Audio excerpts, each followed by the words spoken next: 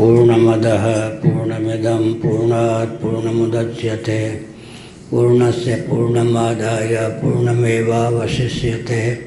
ओम शांति शांति शांति। नामापिते च मधुरं मधुरं स्वरूपं कर्मापिते च मधुरं मधुरा स्मृतिश्च।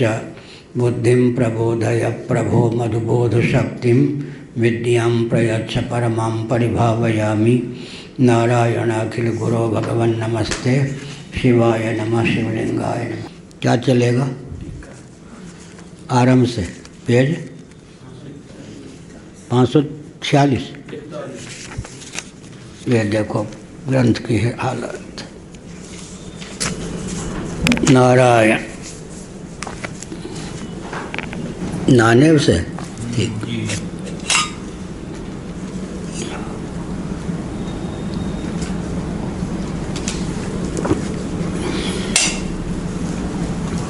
नारायण नानेव योगशास्त्रस्य हिरण्यगर्भ पातंजलादेः सर्वथा प्रामाण्यं निराक्रियते, किंतु जगदुपादान स्वतंत्र प्रधान तद्विकार महदहंकार पंचतन्मात्र गोचरं प्रामाण्यं नास्तीत्युच्यते। नारायण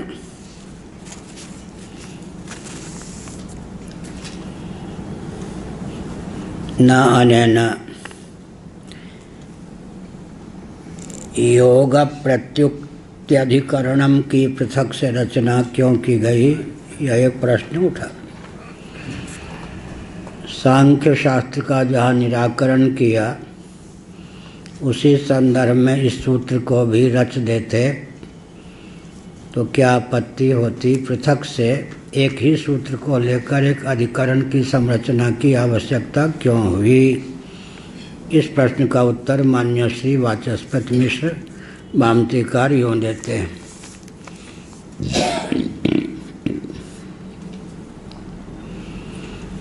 इस पृथक अधिकरण और सूत्र के माध्यम से जो योग शास्त्र हिरण्यगर्भ और पतंजल आदि महापुरुषों के माध्यम से प्राप्त है। हिरण्यगर्भ को प्रथम उपदेष्टा ये लोग मानते हैं। महर्षि पतंजलि ने 192 सूत्रों में योग दर्शन को गुम्फित किया है। सूत्रकार तो पतंजलि हैं, लेकिन इस ज्ञान की प्रथा वे लोग हिरण्यगर्भ से मानते हैं। हिरण्यगर्भ की परंपरा में कालांतर में पतंजलि हुए, उन्होंने इस योग दर्शन की रचना की। इस शास्त्र के प्रामाण्य का सर्वथा निराकरण नहीं किया जाता, क्योंकि इसमें बहुत कुछ सामग्री ग्रहण करने योग्य है उपनिषद सम्मत होने के कारण। हाँ, किंतु जगत उपादान स्वतंत्र प्रधान तद्विकार महत अहंकार पंचतन्मात्र गोचरम प्रामाण्यम नास्ति। लेकिन सांख्यों के पदार्थ को जो योग शास्त्र ने अपने यहाँ समेटा है, उन पदार्थों का यहाँ निराकरण अपेक्षित है। यम नियम आसन प्राणायाम प्रत्याहार धारणा ध्यान समाधि तो उपनिषद सम्मत वेद सम्मत होने के कारण निराकरण करने योग्य नहीं। उपादान के रूप में स्वतंत्र प्रधान, स्वतंत्र शब्द बहुत मार्मिक है। स्वतंत्र का अर्थ होता है कि ब्रह्माधिष्ठित न होकर स्वतंत्र ही प्रकृति प्रधान या अव्यक्त जगत कारण है। कौन सा उपादान? मयाध्यक्षेण प्रकृति की शैली में या ब्रह्म शक्ति एवं प्रकृति की शैली में कदाचित प्रधान अव्यक्त या प्रकृति को रखते तब तो ब्रह्म शक्ति के रूप में हम उसको स्वीकार कर सकते थे, क्योंकि कोई भी कार्य होता है तो शक्तिमान शक्ति संपन्न होकर ही उसका संपादन कर सकता है या उस कार्य के रूप में उल्लसित हो सकता है। लेकिन यह स्वतंत्र कारण माना, ब्रह्म तत्व का अस्तित्व ही स्वीकार नहीं किया और ब्रह्माधिष्ठित प्रकृति न मानकर स्वयं प्रकृति ही जगत का उपादान कारण सिद्ध होती है। उस प्रकृति या प्रधान से महत्तत्व उत्पन्न होता है, फिर महत्तत्व से अहंकार उत्पन्न होता है, अहंकार से पंच तन्मात्राएँ उत्पन्न होती हैं, जिनको वेदांत प्रस्थान में अपंचीकृत पंच महाभूत कहते हैं।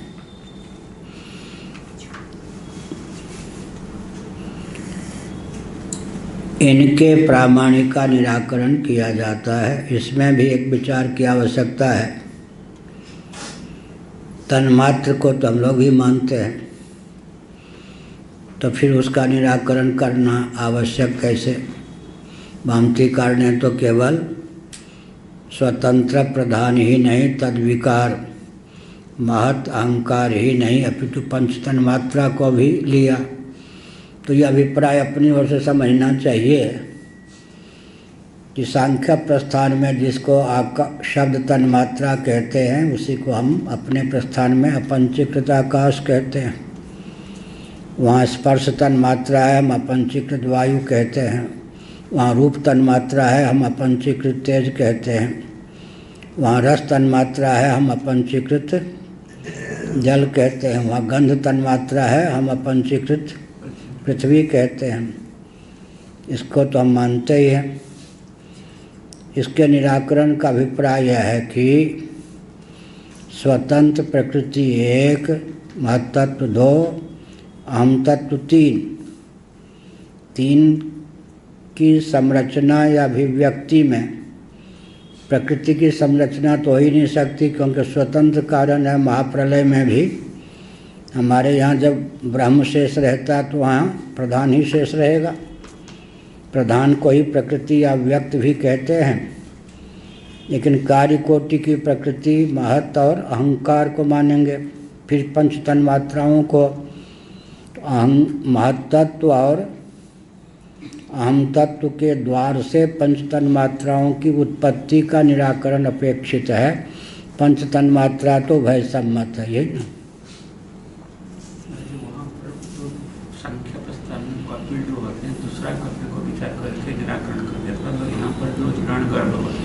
वहाँ भी जो श्वेताश्वतर में कपिल शब्द का प्रयोग किया, टीकाकार आदि मानते हैं वो कपिल हिरण्यगर्भ के अर्थ में ही है। तो दोनों प्रस्थान में अंतर क्या हुआ?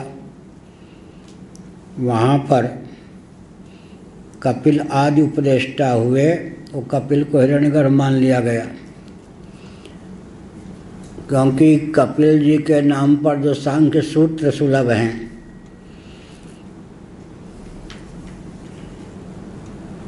वे सांख्य सूत्र पुराने आचार्यों के ग्रंथ में कहीं स्थान नहीं प्राप्त कर सके।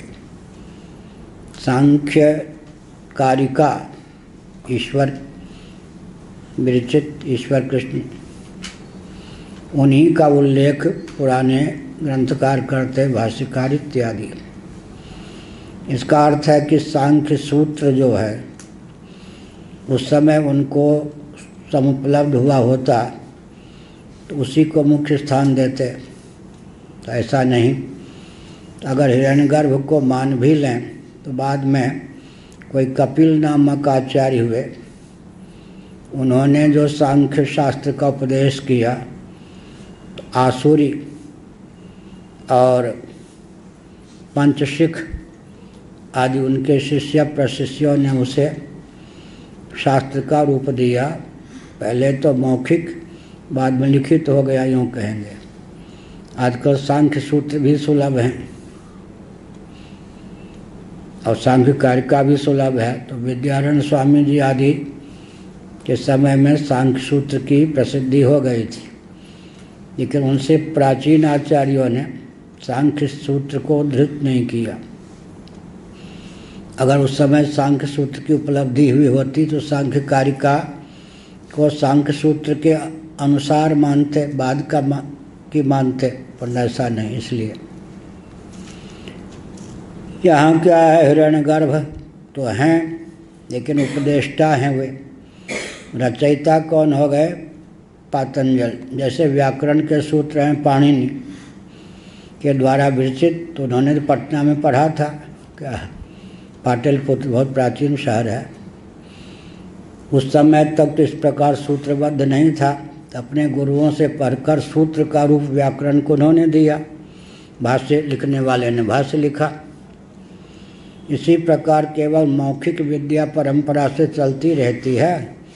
कालांतर में कोई ऋषि उस मौखिक विद्या को सूत्र या ग्रंथ का रूप दे देते हैं, तो ग्रंथ का रूप देने वाले पतंजलि हो गए, मूल में उपदेश देने वाले हिरण्यगर्भ हो गए। हिरण्यगर्भ को स्वतंत्र रूप से माने, हम हिरण्यगर्भ को स्वीकार नहीं करेंगे। हिरण्यगर्भ को हम क्यों नहीं स्वीकार करेंगे? अब पतंजलि को भी स्वीकार तो करते ही हैं, योग सूत्र के रचयिता हैं, लेकिन आँख मूंद कर सबके सब सूत्र हमको मान इसलिए नहीं हैं, उनमें जो सांख्य सम्मत अंश है, कितना, प्रकृति को लेकर 1, महत्तत्व को लेकर 2, अहं तत्व को लेकर 3, इतने अंशों में उसको नहीं मानेंगे, बाकी अष्टांग योग को लेकर मान लेंगे। अब हिरण्यगर्भ की बात भी हम नहीं मानेंगे, ऐसा कहते ना। अब उनके हिरण्यगर्भ हमारे हिरण्यगर्भ में फिर क्या अंतर पड़ जाएगा? वो जिसको कपिल मानते हैं उधर सांख्य वाले, हम जिसको कपिल मानते हैं भगवान के अवतार, उसमें भेद हो जाएगा। पतंजल को लेकर तो भेद नहीं होगा क्या? लेकिन पतंजल जी का वचन भी जो 192 सूत्रों में है, जितने अंशों में सांख्योक्त पदार्थ जगत उपादान के रूप में क्रमिक निरूपित हैं, उतने अंश में हम इनके वचन को भी नहीं मानेंगे क्या?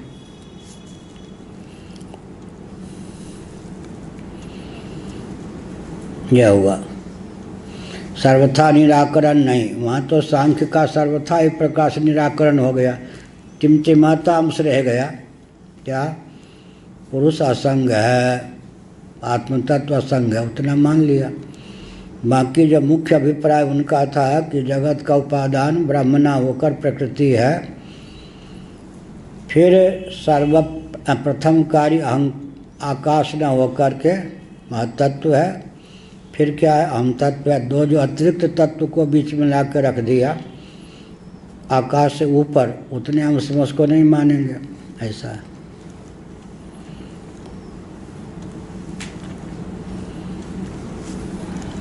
न चैतावतेषामप्रामाण्यं भवितुमर्हति। लेकिन पतंजल महर्षि के द्वारा विरचित जो 192 सूत्रों में योग सूत्र है, दर्शन है, उनका कुछ अंश निराकरण का विषय बनता है। सर्वतोभावेन उस शास्त्र का या दर्शन का निराकरण नहीं बन सकता। विचित्र बात है।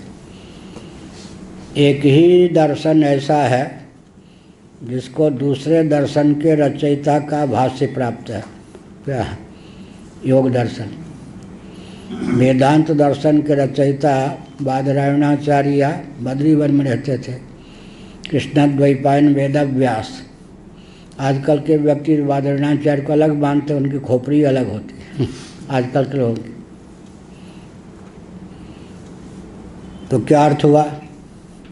वेदव्यास जी ने योग दर्शन पर भाष्य लिखा या नहीं? ऐसा दर्शन तो एक ही है जिस पर 6 दर्शनों में वेदांत दर्शन के आचार्य ने भाष्य लिखा हो। जब गौरव तो वेदांत दर्शन को भी नहीं प्राप्त है। भगवान शंकराचार्य ने तो भाष्य किया, लेकिन बाकी जो 5 दर्शन के आचार्य, उनमें से किसी ने तो नहीं किया है।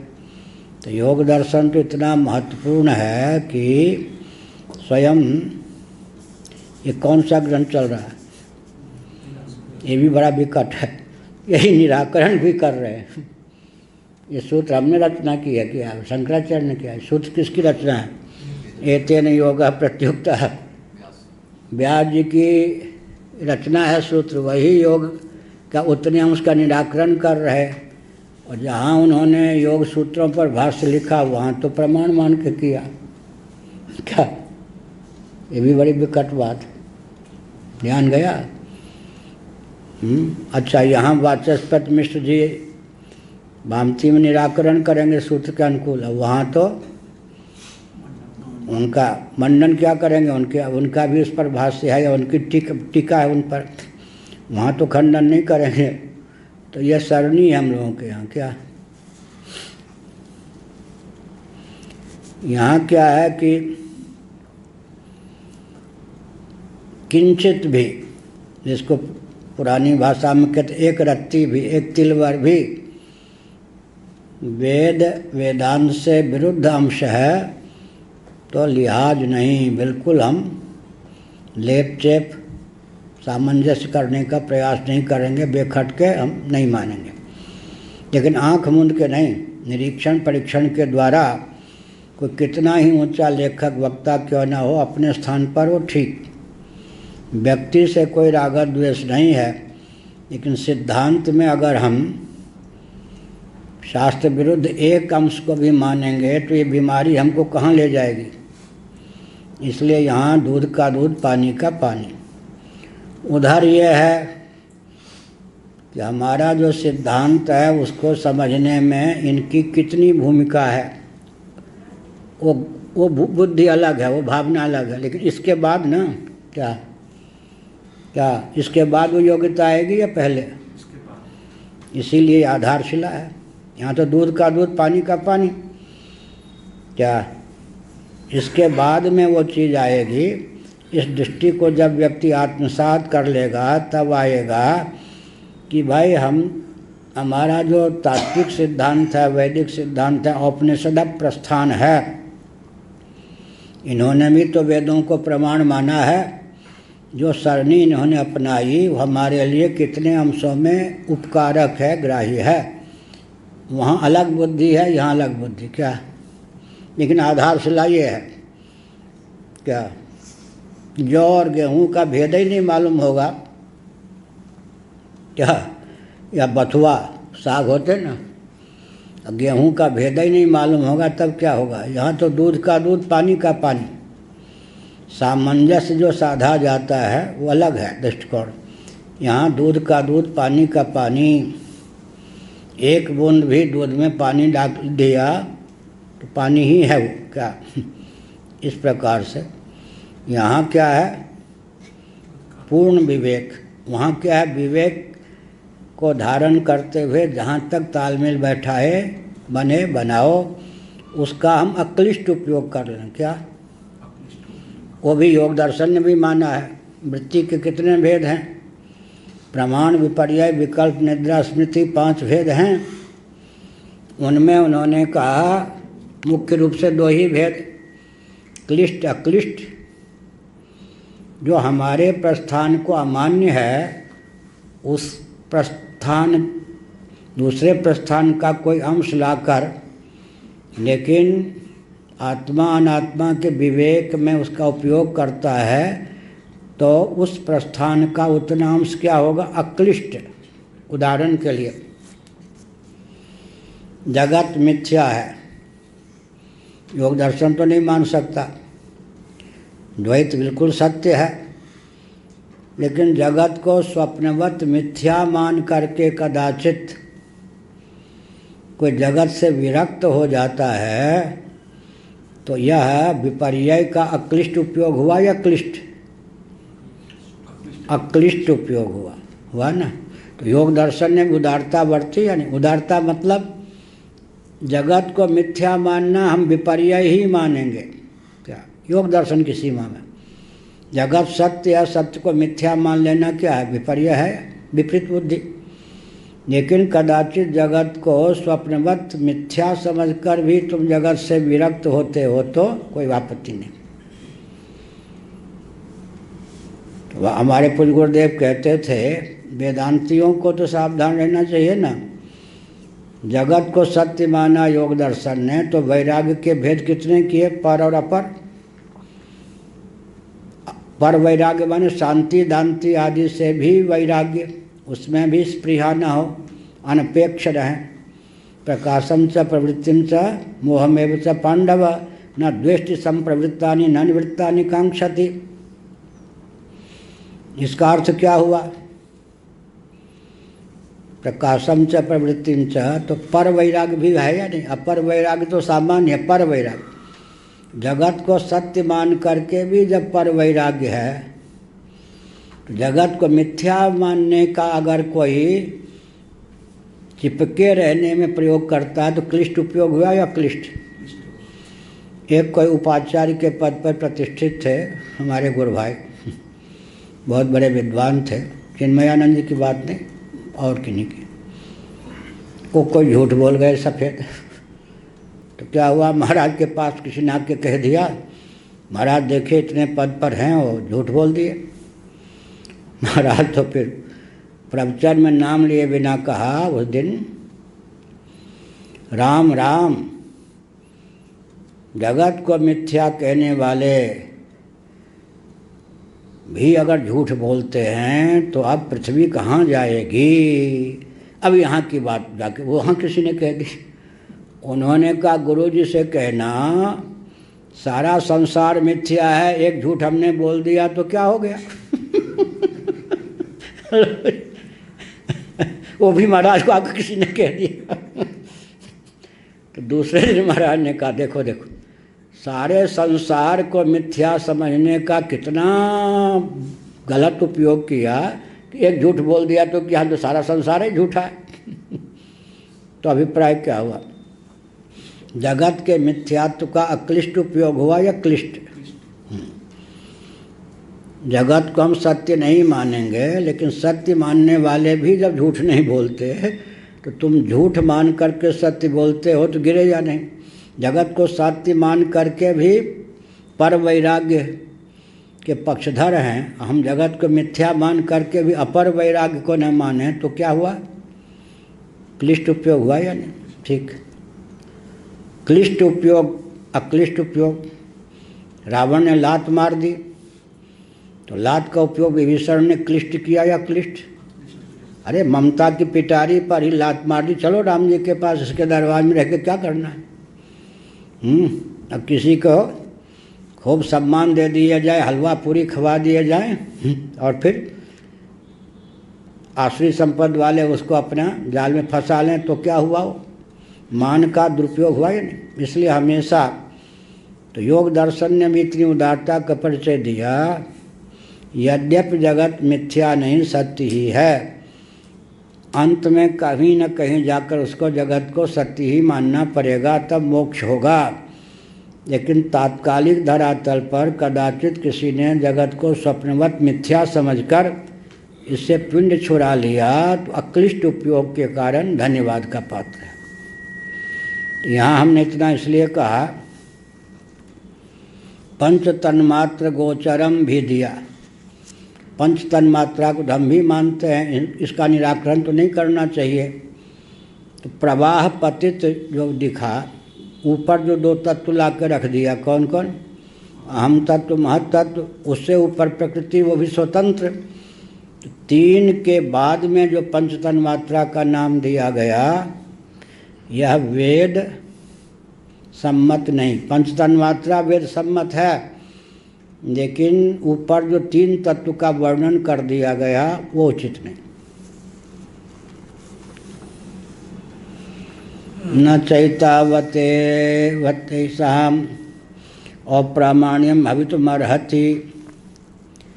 बस इतनी सी बात को लेकर क्या, जब हम यम नियम आसन प्राणायाम प्रत्याहार धारणा ध्यान समाधि को लेकर योग की सामग्री को ज्यों के त्यों सहमति व्यक्त करते हैं, थोड़े से प्रमाद को लेकर, वो भी आनुषंगिक प्रमाद, वो भी क्या है, जैसे कोई गंतव्य तक जा रहा हो, रास्ते में तिनका को छून ले या एक वृक्ष के हाथ लगा दे, तो वो यात्रा में अवरोधक तो नहीं है, यात्रा का अंग नहीं है। क्या है? मुख्य तो अष्टांग योग उनका प्रतिपाद्य है। इस बीच में अचित पदार्थ का वर्णन भी आवश्यक है, क्योंकि उनका जो है अध्यात्मक प्रधान है कौन? योग दर्शन। यम क्यों है? नियम क्यों है? ज्ञानेंद्रिय कर्मेंद्रिय के संयम के लिए। आसन क्यों है? शरीर के संयम के लिए। प्राणायाम क्यों है? प्राणमय कोश के संयम के लिए। और प्राणायाम के बाद प्रत्याहार धारणा क्यों है? मनोमय कोश के शोधन के लिए। ध्यान क्या है? विज्ञानमय कोश के शोधन के लिए। समाधि क्या है? आनंदमय कोश के शोधन के लिए। अध्यात्म प्रधान क्या? लेकिन जो हमको ज्ञानेंद्रियाँ प्राप्त हैं, कर्मेंद्रियाँ प्राप्त हैं, शरीर प्राप्त है, अंतःकरण प्राप्त है, प्राण प्राप्त है, आनंद प्राप्त है, इनका उपादान कौन हो सकता है? ये तो कार्य कोटि के पदार्थ जब हम मानेंगे तो वो लोग, हम जब मानेंगे कार्य कोटि के, तो इनका कोई न कोई उपादान तो होना चाहिए। ऐसे अगर हम अंतःकरण को अभौतिक भी मानते हैं तो भी क्या मानेंगे? अंत में प्रकृति को तो कारण मानेंगे, है ना। तो जब हम यम नियम पहले क्यों कहा? हमारा जो स्थूल शरीर है, इसके बाह्य हिस्से में पंच कर्मेंद्रियों को, पंच ज्ञानेंद्रियों को व्यक्त करने के संस्थान हैं। अभ्यंतर हिस्से में पंच प्राणों को, अंतःकरण चतुष्टय को व्यक्त करने के संस्थान हैं। इसलिए शरीर के बाहर जो गोलके हैं, उनके माध्यम से पंच ज्ञानेंद्रिय, पंच कर्मेंद्रियों की अभिव्यक्ति होती है। इसलिए पहले पंचयम, पंच नियम एक दिन हमने संकेत किया था। बाद में ये शरीर, फिर अभ्यंतर को लेकर फिर क्या होगा? आसन हो गया, इसको लेकर प्राणायाम होगा, फिर प्रत्याहार धारणा ध्यान समाधि, अंतःकरण को लेकर प्रत्याहार धारणा ध्यान समाधि, मन बुद्धि चित्त अहंकार। तत्व गणना में प्राण को स्थान नहीं दिया योग दर्शन ने, सांख्य ने भी कहाँ दिया। वायु तत्व, वायु तन्मात्रा अलग है, पंच प्राण, लेकिन जिसको स्थान नहीं दिया उसका कितना महत्व है, कितना स्थान दिया है। प्राणायाम, प्राण ही नहीं मानेंगे तो प्राणायाम कैसे? प्राण को माना तो वायु के अंतर्गत माना, क्या हुआ? तत्व गणना में जिस प्राण को पृथक स्थान नहीं मिला और अभ्यास में उस प्राण को कितना स्थान मिला।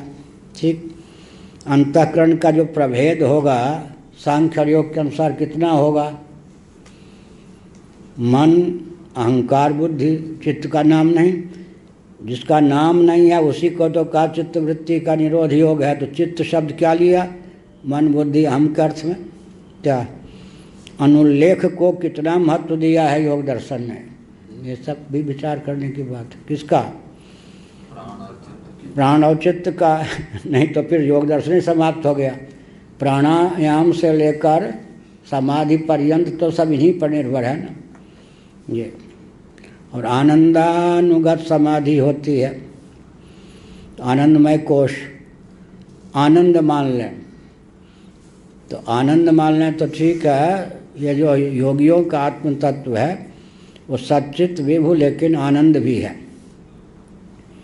सांख्यों का जो आत्म तत्व है सच्चित विभु लेकिन आनंद नहीं है। विभु होता हुआ दोनों का आत्म तत्व क्या है? परिच्छिन्न है। परिच्छेदक देह के भेद से इनमें भेद प्राप्त है। क्यों सुरेश जी? हाँ, जगह तो हो ही। सांख्यों ने आत्मा को आनंद स्वरूप माना या नहीं? क्या पता माना हो ना माना हो, क्या हमें क्या लेना है? हमारा आनंद अपने पास है। सांख्यों ने आत्मा को आनंद स्वरूप नहीं माना। योगियों का जो आत्म तत्व है सच्चित होता हुआ आनंद स्वरूप भी है। कहाँ से बोल रहा हूँ? पंचदशी से। सांख्यों को क्या लाचारी थी कि आत्मा को सच्चित मानने पर भी आनंद स्वरूप नहीं माना। आनंद स्वरूप मान लेते तो बड़ी गड़बड़ी होती। आनंद का भोक्ता आत्म तत्व हो सकता था क्या? क्यों अभय जी? आनंद स्वरूप आत्मा को सांख्यवादी मान लेते तो आनंद का भोक्ता होता आत्म तत्व। कौन सा दोष होता व्याकरण के अनुसार? कर्म कर्तृ विरोध। स्वयं ही भोक्ता स्वयं ही भोग संभव ही नहीं है। सावयव पदार्थ में तो हो सकता है ना, निरवय पदार्थ में कैसे होगा जी? स्वयं ही भोक्ता स्वयं ही भोग।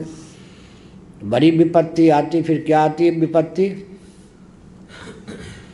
आनंद जब भोग्य नहीं होगा, स्वरूप ही होगा, तो आनंद के बिना जीवन कैसे चलेगा? आनंद स्वरूप होने से काम चल जाएगा। मिश्री के मिठास का अनुभव मिश्री कर लेगी क्या?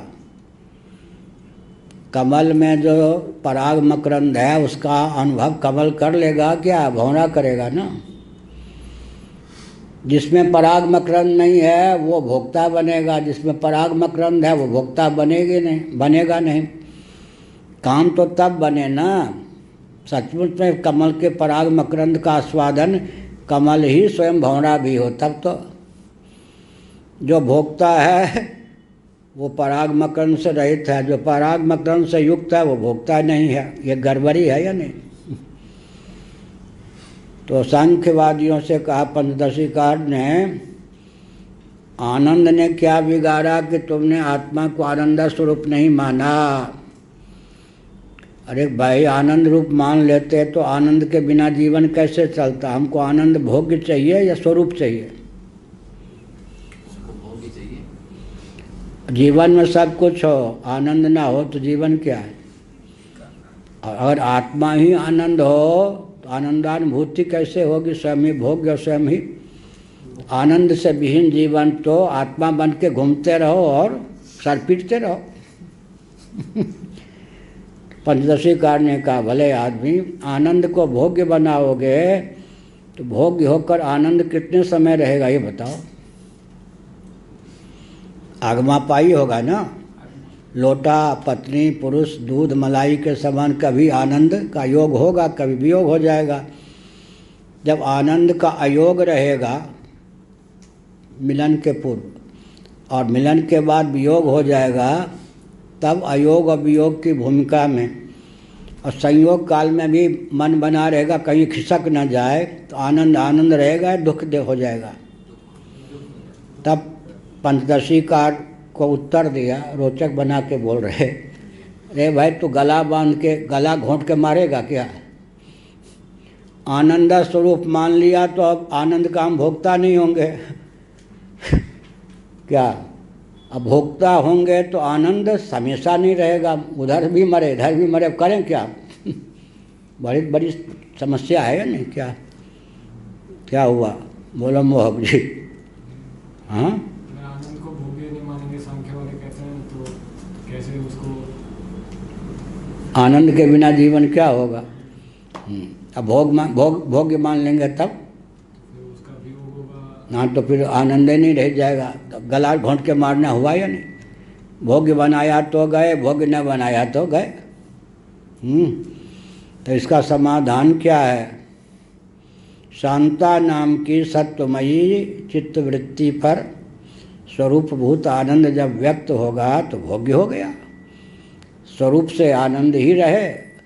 अरे अपना जो मुख है वही दर्पण में प्रतिफलित होकर के दृश्य बन गया या नहीं? अपने नेत्र के गोलक तो हमारे लिए दृश्य नहीं है, दर्पण के माध्यम से प्रतिफलित होकर दृश्य हो गए या नहीं?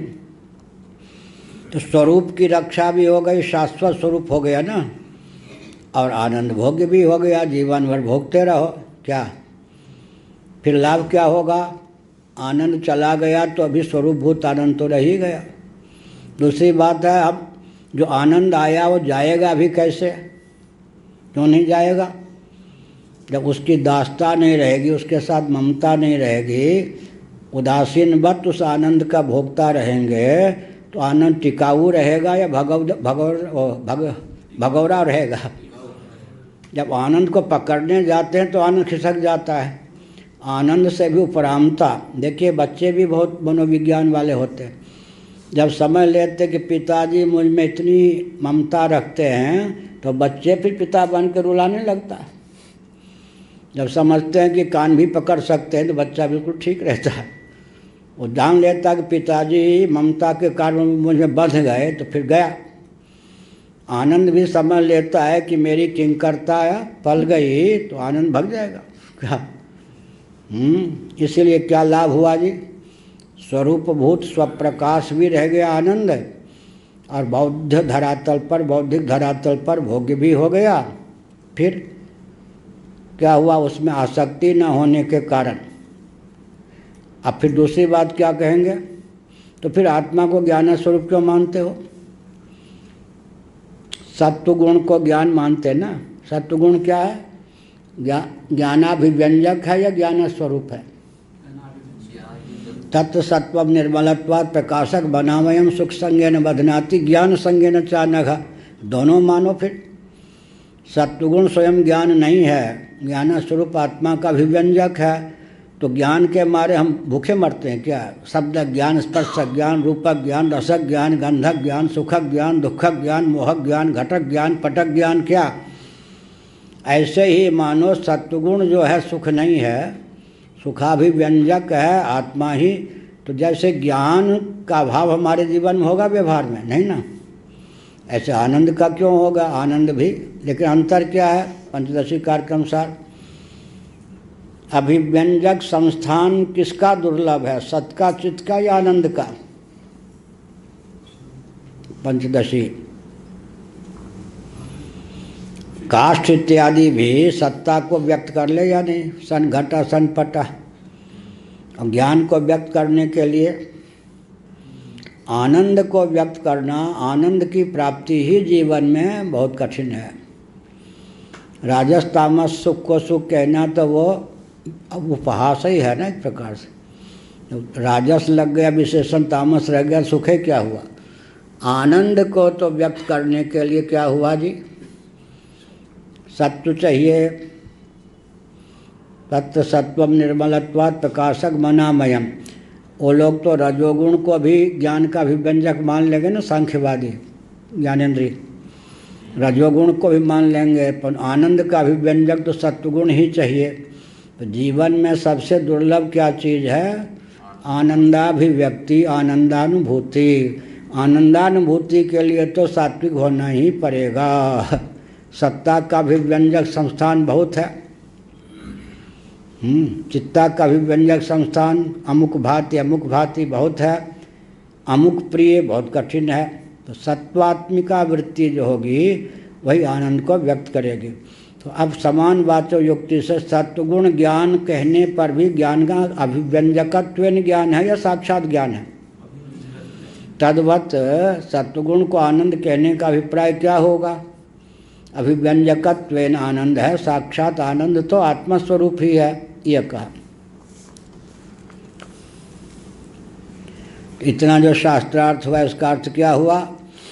इसका अर्थ हुआ कि पंच तन्मात्रा जो हैं उनके ऊपर लाकर अहम को और महत्व को या प्रकृति को बैठाना उचित नहीं है। इतने मात्र से कोई अप्रामाणिकता नहीं हो जाती योग दर्शन की, क्योंकि योग दर्शन ने 192 में कितने सूत्रों का उपयोग किया होगा? प्रकृति अहम तत्व महत्त्व या प्रकृति महत्त्व अहम तत्व के वो सिद्ध करने में गिने चुने। उतने अंश में अप्रामाणिक हो जाने पर भी मान लो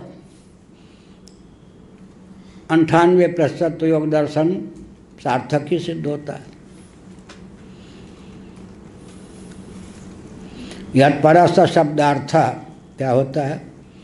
यत्परस शब्दार्थ अपनी ओर से यत्पराणि ही तानि तत्र प्रामाण्यम अश्नुवीरन, यही है ना, बहुत छोटा अक्षर है। अब ये बढ़िया हुआ, बहुत बढ़िया महत्वपूर्ण वाक्य।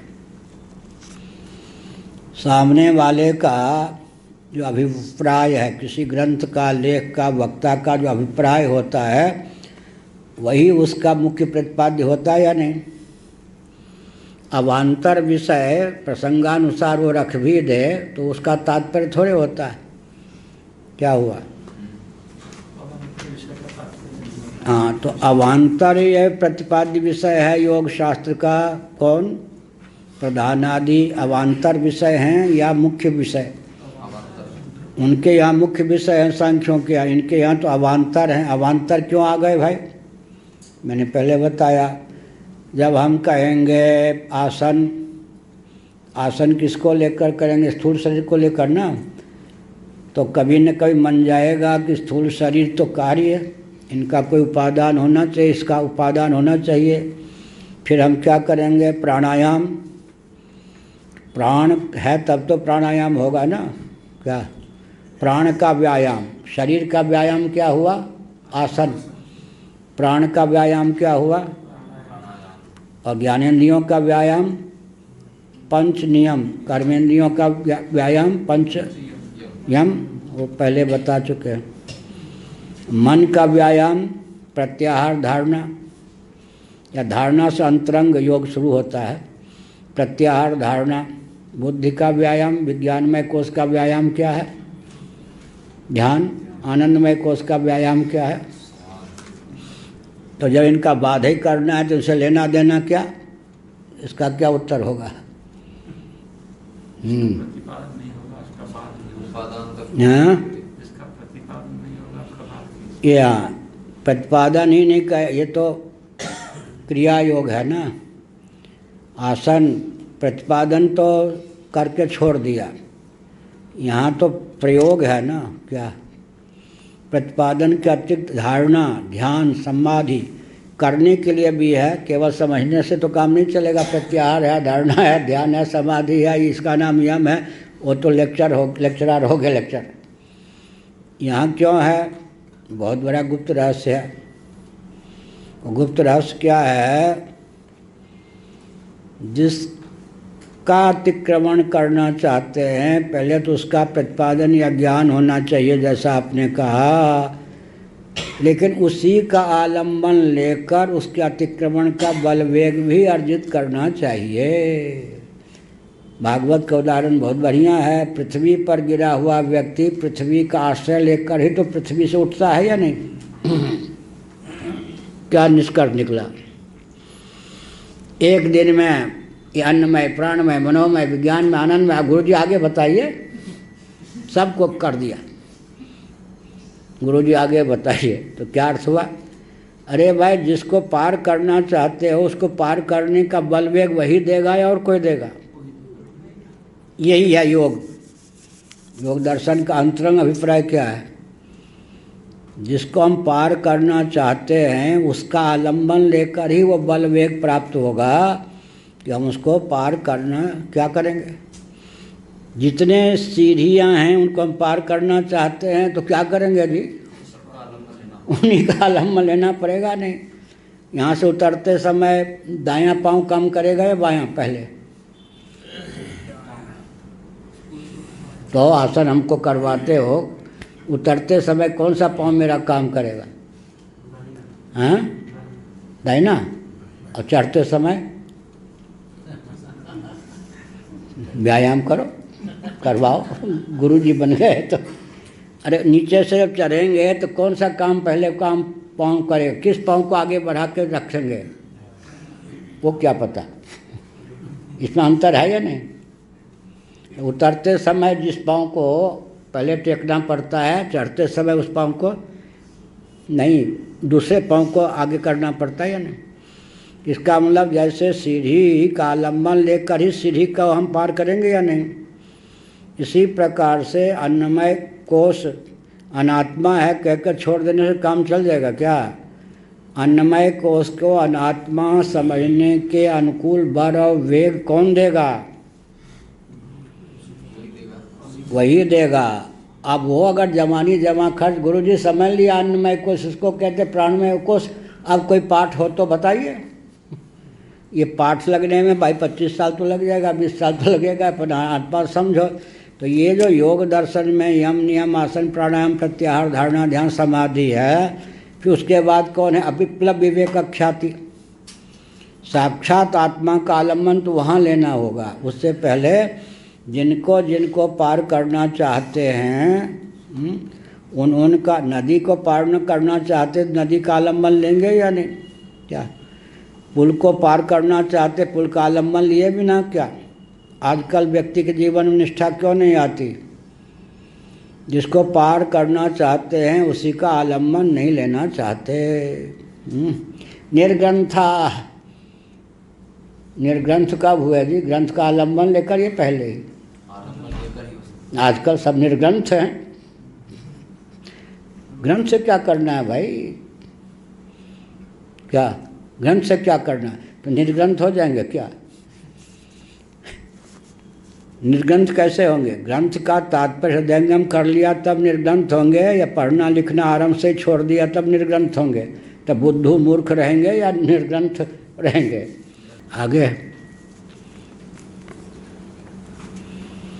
यत् पराणि ही तानि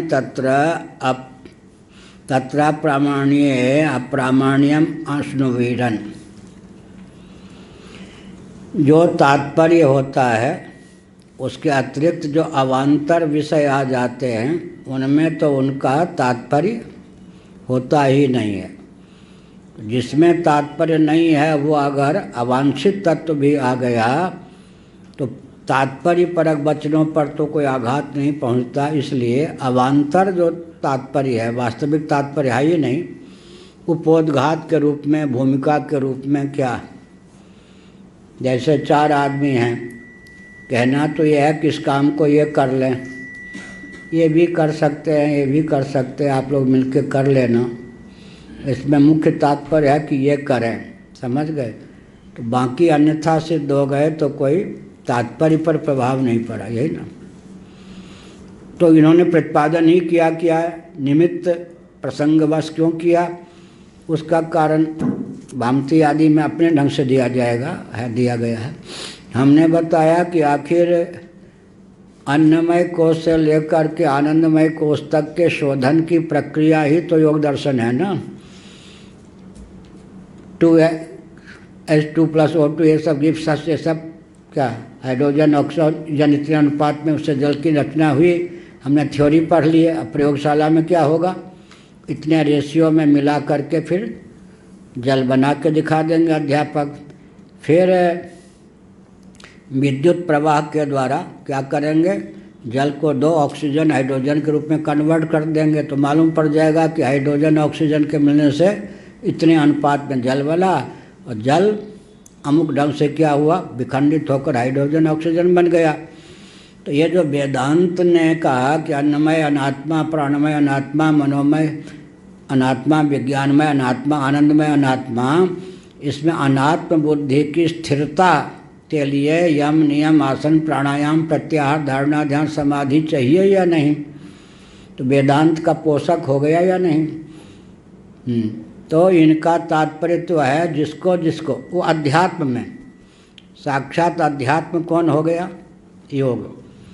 बाह्य जगत तो उनको एक प्रश्न उठ सकता था, आखिर जिनका वर्णन कर रहे उनको आत्मा तो नहीं मान रहे आप, आत्मा तो पुरुष को मान रहे ना, दृष्टा साक्षी को।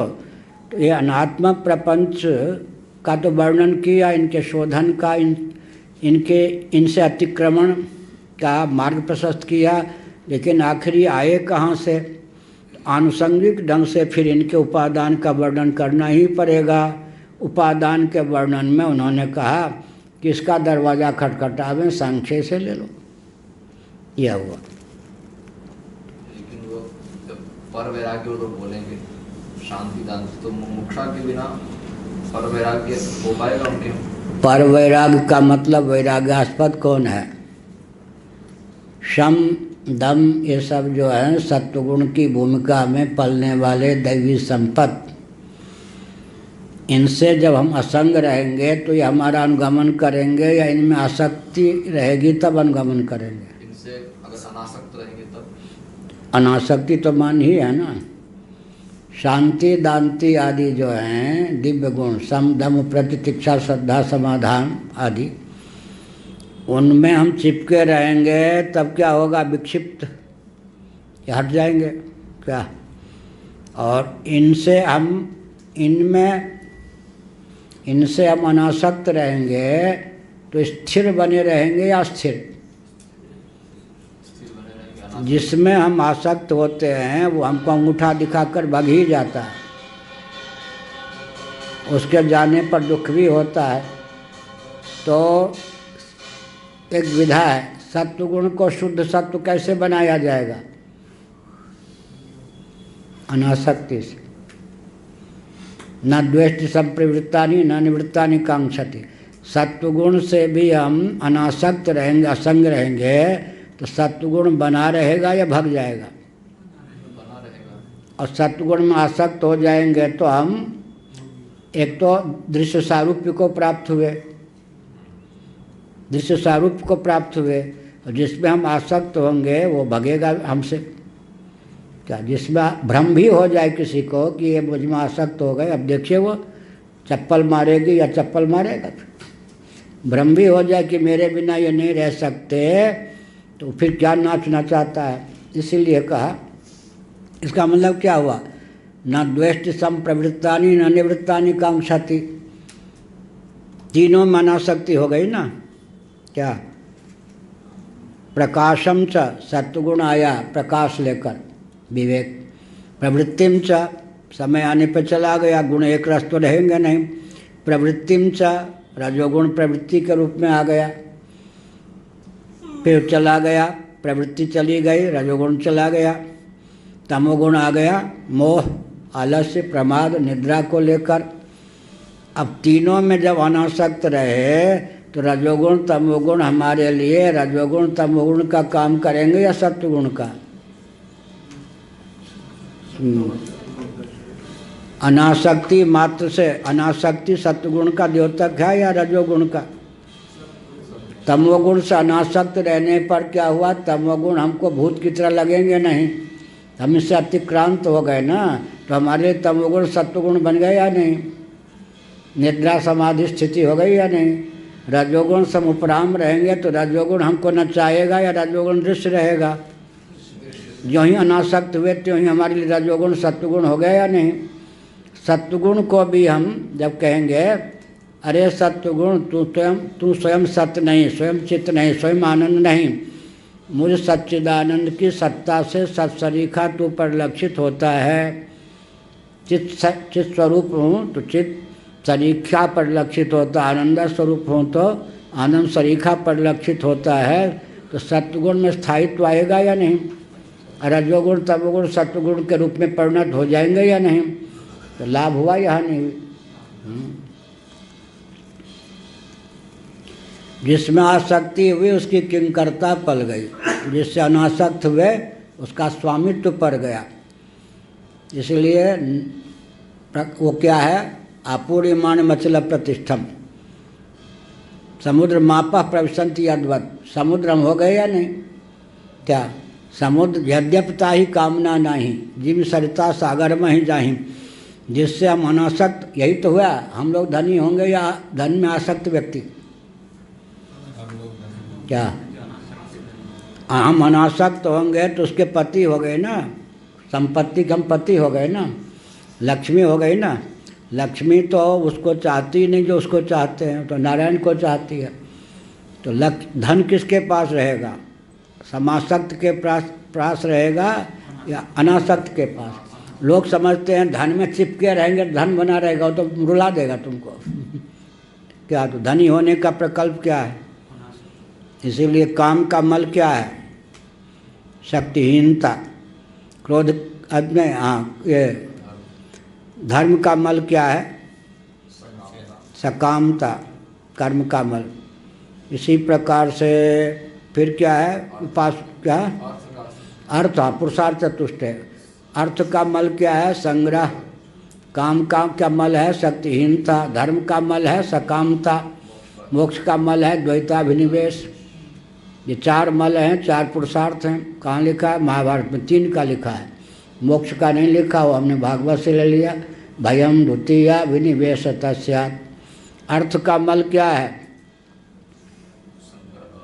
संग्रह, ठीक। और काम का मल शक्तिहीनता, और धर्म का मल सकामता, मोक्ष का मल द्वैताभिनिवेश। काम का मल होता है शक्तिहीनता। टीवी का मरीज से पूछिए पत्नी क्या खबर लेती है। मनोज जी आ गए। क्या काम क्या है? विषय के सेवन से प्राप्त आह्लाद, यही है ना। विषय सेवन की क्षमता ही नहीं रहेगी तो फिर क्या होगा? आह्लाद क्या होगा? काम का मल है अशक्य, माने शक्तिहीनता। अर्थ का मल है संग्रह, अर्थ का मल है संग्रह। और धर्म का मल है सकामता। छोटा फल ले लिया ना, धर्म का वास्तविक फल से हम वंचित रह जाएंगे। मोक्ष का मल है द्वैताभिनिवेश। तमोगुण से और रजोगुण से अनासक्ति के लिए भी सत्वगुण चाहिए होगा। जब अनासक्त हो जाएंगे तो सत्वगुण तो हो ही गया। नहीं, जब अनासक्त, अब जब रजोगुण तमोगुण है, उससे अनासक्त होने के लिए आप ये कह रहे हैं कि बिना सात्विक हुए अनासक्त कैसे हो सकता? यही ना। अनासक्त होने पे सत्वगुण अपने आप जगेगा। ध्यान नहीं गया। अनासक्त होने सुनो सुनो, रजोगुण आने पर काम क्रोध होंगे या नहीं? काम क्रोध के आने पर रजोगुण होगा या नहीं? काम ऐसा क्रोध ऐसा रजोगुण समुद्भव का शंकराचार्य ने 2 प्रकार से अर्थ किया ना। समय हो गया। रजोगुण होने पर काम क्रोध हुए बिना नहीं रहेंगे। काम क्रोध होगा तो रजोगुण, जिससे हम अनासक्त होंगे उसकी किंकरता पलेगी नहीं? पलेगी। सत्वगुण भर आएगा, उसमें आसक्त हो गए। अब आप कहते जो सात्विक नहीं होगा वो अनासक्त ही कैसे होगा? यही ना। मूल तो यह है, सात्विक नहीं होगा तो अनासक्त कैसे होगा? सत्वगुण को लेकर अनासक्ति की प्राप्ति हुई या स्वरूप को लेकर? स्वरूप की प्रधानता है या सत्वगुण की? जब हम अनासक्त होंगे तो सत्वगुण अपने आप जग जाएगा। जब सत्वगुण सात्विक होंगे तब रजोगुण तमोगुण से प्रधानता आ जाएगी। एक दूसरे के पोषक हो गए या नहीं? अब सत्वगुण से जब अनासक्त होंगे तो किसको लेकर? स्वरूप को लेकर या सत्वगुण को लेकर? स्वरूप को लेकर। जब सत्वगुण से, सत्वगुण दृश्य है तो मलिन सत्वगुण विशुद्ध हो जाएगा या नहीं? क्या सत्वगुण का आलम्बन लेकर आपकी दृष्टि से रजोगुण तमोगुण से पारंगत हो गए। स्वरूपभूत अनासक्ति का आलम्बन लेकर सत्वगुण को हमने शुद्ध सत्व बना दिया। हो गया? यूँ कहो, ये जल्दी आपकी बात समझ में आई। सत्वगुण का आलम्बन लेकर रजोगुण तमोगुण पर विजय प्राप्त कर ली, उनमें आसक्ति हट गई। तो भगवान शंकराचार्य ने बहुत अच्छा लिखा। अरे जिसको कोई न कोई व्यक्ति, कोई तमोगुण का पक्षधर होता है, कोई रजोगुण का, कोई सत्वगुण का। 24 घंटे में 3 गुण तो कुछ न कम या ज़्यादा आने ही आने हैं। तो कम से कम तामसी व्यक्ति कब प्रसन्न होगा? राजसी व्यक्ति, सात्विक व्यक्ति। तीनों को जिसने दुश्मन मान लिया वो हर समय रोता रहेगा। 24 घंटे में कोई ना कोई गुण तो आवेगा ही। शंकराचार्य ने कहा तो रोने का मार्ग बताया भगवान ने। पूर्व पक्ष प्रकाशम च प्रवृत्तिं च मोहमेव च पांडव न द्वेष्टि संप्रवृत्तानि न निवृत्तानि कांक्षति। इसमें तीनों गुणों में से इसका कोई प्रेमास्पद तो रहा नहीं। 24 घंटे में 3 ही गुण रहेंगे, कभी कुछ कभी कुछ कभी कुछ, हर समय रोते रहेगा। ये भी घातक, ये भी घातक, ये भी घातक। तीनों में कोई ना कोई 24 घंटा रहना ही, या तो मरते रहो फिर। तो कहा नहीं, प्रकाशम च प्रवृत्तिम च, प्रकाश आवे तो जाए तो उससे भी निरपेक्ष, रजोगुण आवे तो जाए तो उससे भी निरपेक्ष, तमोगुण आवे तो जाए तो उससे भी निरपेक्ष। तीनों से ऊपर उठ गए या नहीं? निरपेक्षता के बल पर। आसक्ति के बल पर तो एक में आसक्त होंगे 2, और निरपेक्षता के बल पर तीनों से अनासक्त हो गए। अब कोई गुण आवो तो जाओ तो दृश्य कोटि के हो गए ना। जैसे मैं तमोगुण का दृष्टा हूँ, वैसे मैं रजोगुण का भी हूँ, वैसे मैं सत्वगुण का हूँ। दृष्टित्व भाव से कौन सा गुण जगा? जब मैं कहूँगा तमोगुण का दृष्टा हूँ तो अपने आप दृष्टित्व ने सत्वगुण को जगा दिया या नहीं? जब मैं सोचूंगा कि रजोगुण का दृष्टा हूँ तो दृष्टित्व ने क्या किया, व्यावहारिक धरातल पर क्या किया, सात्विक बना ही दिया। अब जब मैं कहूँगा कि सत्वगुण का दृष्टा हूँ तो सत्वगुण ने नहीं, स्वरूप ने क्या किया, सत्वगुण से ऊपर विशुद्ध सत्वगुण आग ला के रख ही दिया। ये हुआ ना, स्वरूप की प्रधानता से गुण, स्वरूप की ओर दृष्टि देंगे तो हर समय सत्वगुण रहेगा, शुद्ध सत्वगुण। गुण का आलम्बन लेंगे तो जिसमें समासक्त होंगे उसी के आने पर आनंद मिलेगा, बाकी समय रोते रहेंगे। हे राम, ये सूर्योदय क्यों हुआ, सब जगाने के लिए तैयार है, कौं कौं कौं कौं, अभी सूर्योदय हो गया, सोया हुआ कहेगा नहीं, उसके लिए सूर्योदय काल है या नहीं, जो सोना चाहता है उसके लिए काल हो गया। अब देखो, हम पढ़ने जा रहे थे, ध्यान करने का, ये सब आगे गपाष्टक करने, ये सब काल आ जाते, काम बिघिन डालते हो गया या नहीं। अब देखो भाई, हम चाहते थे कि आज कम से कम इतना काम तो कर लें, अब नींद आ रही है क्या। अब क्या सत्वगुण है भाई, अब मन ही नहीं करता ये रुपये गिनने में, सत्वगुण काल हो गया, नहीं तो और चिपका रहता है, कभी सत्वगुण काल, कभी रजोगुण काल, कभी तमोगुण, रोते रहो। तीनों से निरपेक्ष हो गए तो आओ चाहे जाओ, तो तमोगुण भी सत्वगुण बन गए या नहीं। अंतः सत्व वही तमस, अंतः सत्व वही रजस, सत्वगुण में अंतः साक्षित्व बहित्व वही सत्वगुण, माने शुद्ध सत्व का उदय हो गया, तीनों में हो गया। ततश्च प्रमाणात् प्रधानादि प्रतीतेर्न शब्दत्वं न च तत् अप्रमाणं प्रधानादौ प्रमाणञ्च यमादाविति युक्तं नारायण।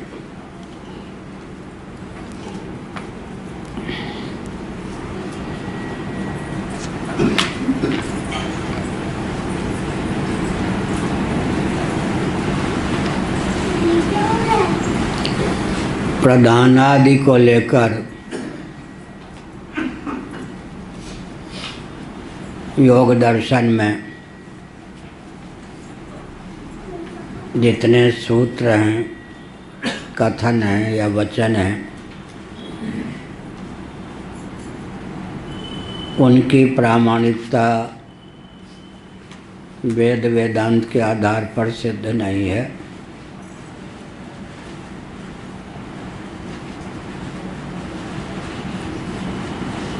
केवल अनुमान के बल पर ही सांख्यों ने जिस प्रकार जगत के उपादान कारण के रूप में त्रिगुणात्मक प्रधान को स्वीकार किया,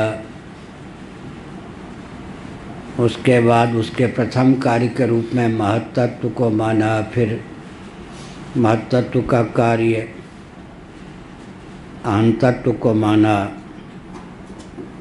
पंच तन्मात्राओं के योग से अष्टधा प्रकृति का वर्णन कर दिया। इनमें पंच तन्मात्राओं की प्रामाणिकता तो तस्माद् वाय तस्माद् आत्मना आकाश संभूतः आदि श्रुतियों के आधार पर सिद्ध है। अतएव अष्टधा प्रकृति के स्थान पर हमारे यहाँ पंचधा प्रकृति ही मान्य है। ऊपर हमको बल है अनुभव का, प्रत्यक्ष प्रमाण का या अनुभूति का, नीचे बल है, ऊपर बल है शब्द का, श्रुति का, बीच में है युक्ति का स्थान। केवल युक्ति के द्वारा सिद्ध कोई पदार्थ है, शब्द के द्वारा माने श्रुति के द्वारा सिद्ध नहीं है और अनुभूति के द्वारा भी सिद्ध नहीं है, उसको हम बिल्कुल मानने के लिए तैयार नहीं। मायाम तो प्रकृति विद्यात् माइनम तो महेश्वरम आदि स्थलों में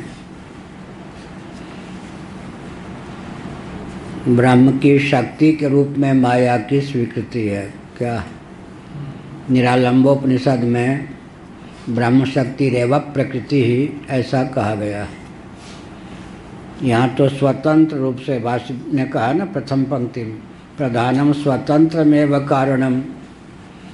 आप तो त्रिगुणात्मक प्रधान को स्वतंत्र ही कारण मानते हो, ब्रह्म को मानते ही नहीं, तो ब्रह्म शक्ति के रूप में प्रधान को कैसे मानोगे? यदि कोई छठी प्रकृति भी होती तो हमारे पास 5 के स्थान पर कितनी ज्ञानेंद्रियाँ होती? 6, और 5 कर्मेंद्रियों के स्थान पर कितनी कर्मेंद्रियाँ होती? 6, 5 ही हैं। इसका अर्थ क्या हुआ? 5 तत्व के अतिरिक्त कोई छठे तत्व का प्रवेश हो ही नहीं सकता। लाघव सहकृत हमारा सिद्धांत है। दर्शन शास्त्र में गौरव दोष है, लाघव क्या है? गुण है। व्यवहार में भी कहीं कहीं लाघव गुण है, गौरव दोष है। अति लाघव उठाए धन लीना, हल्का फुल्का सा जैसे कोई भार ही न हो, धनुष को उठा लिया रामभद्र ने। भगवती सीता बचपन में पोछा ओछा लगाती थी तो यूँ एक हाथ से धनुष को साधे ऊपर उठाए रहती थी एक हाथ से। तभी जनक जी ने कहा ना, प्रतिज्ञा कर ली कि इसका पति तो वही होने योग्य है। तो राम जी के लिए अति लाघव, लाघव भी नहीं अति लाघव। वैसे मैं गौरवान्वित हूँ जब कोई कहता है तो गौरव प्रशंसा का द्योतक है, और दर्शन शास्त्र में गौरव दोष है। लाघव क्या है? गुण। लाघव का अर्थ क्या हुआ? अब व्यापार में भी लाघव गुण है या दोष? 5 रुपये खर्च करने से काम चलता हो, 6 रुपये खर्च करेंगे तो गौरव हुआ या नहीं? तो क्या घर का बट्टा बैठ जाएगा या नहीं? व्यापार भी है, व्यापार में लाघव, लाघव माने हानि नहीं। 5 रुपये खर्च करने से काम चलता हो तो अतिरिक्त रुपये को खर्च करना से क्या होगा? व्यापार चलेगा। तो हमारे यहाँ 5 तत्व को मानने से सारा काम सध जाता हो, तो छठे तत्व को मानना कौन सा दोष हुआ? गौरव, गौरव दोष हुआ। किसमें? सांख्य प्रस्थान में, क्योंकि उन्होंने पंचधा के स्थान पर अष्टधा प्रकृति को मान लिया। तो भाई 5 के स्थान पर 8 मान लिया तो तुम्हारे सर में दर्द क्यों? ऊपर शास्त्र का समर्थन नहीं, नीचे अनुभव का समर्थन नहीं, बीच में जो कपोल कल्पना से प्रसूत तत्व हैं उनको हम क्यों स्थान दें? ये कहा न च तत् अप्रमाणम प्रदानादौ प्रमाणंच यमादि इति युक्तम। तब तो कहा कि योग दर्शन भी तुम्हारे यहाँ कहाँ गया? और प्रमाण के खाते में चला गया और प्रामाणिक सिद्ध हो गया। कहते नहीं, जिस दर्शन का जो मुख्य तात्पर्य नहीं है, अवान्तर तात्पर्य है, किसी निमित्त से ब्याज से किसी पदार्थ का वर्णन कर दिया गया या कुछ कह दिया गया, उसमें उसका तात्पर्य नहीं है, तो तात्पर्यभूत पदार्थ नहीं है, सामग्री नहीं है, उसकी अगर अप्रामाणिकता सिद्ध की जाती है तो जिसमें उसका तात्पर्य सन्निहित है उतने अंश में तो उसकी सार्थकता सिद्ध होगी या नहीं? अगर सर्वतोभावेन अवान्तर निमित्त को लेकर भी ज्यों के त्यों वो चरितार्थ है तो सोने में सुगंध, 100% उसकी सार्थकता सिद्ध हो गई। लेकिन मुख्य तात्पर्य की रक्षा हो गई। अवान्तर तात्पर्य अगर श्रुति विरुद्ध अनुभूति विरुद्ध है तो उसका निरसन कर दिया गया तो अपकर्ष नहीं हुआ।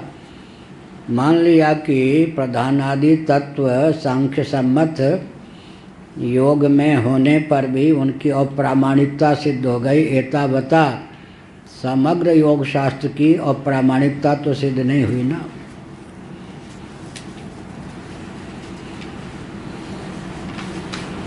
प्रमाणंच यमादौ इति युक्तम। यम नियम आसन प्राणायाम प्रत्याहार धारणा ध्यान समाधि को लेकर इनकी प्रामाणिकता तो चरितार्थ हो गई। तत्र अप्रामाण्ये अन्यत्रापि अनाश्वासात् यथाहुः। अब कहते हैं अगर उतने अंश में भी उसको प्रमाण नहीं मानेंगे तब तो फिर क्या होगा, कुछ काम पूरा निरस्त ही हो जाएगा योग शास्त्र। इधर से यह बताया कि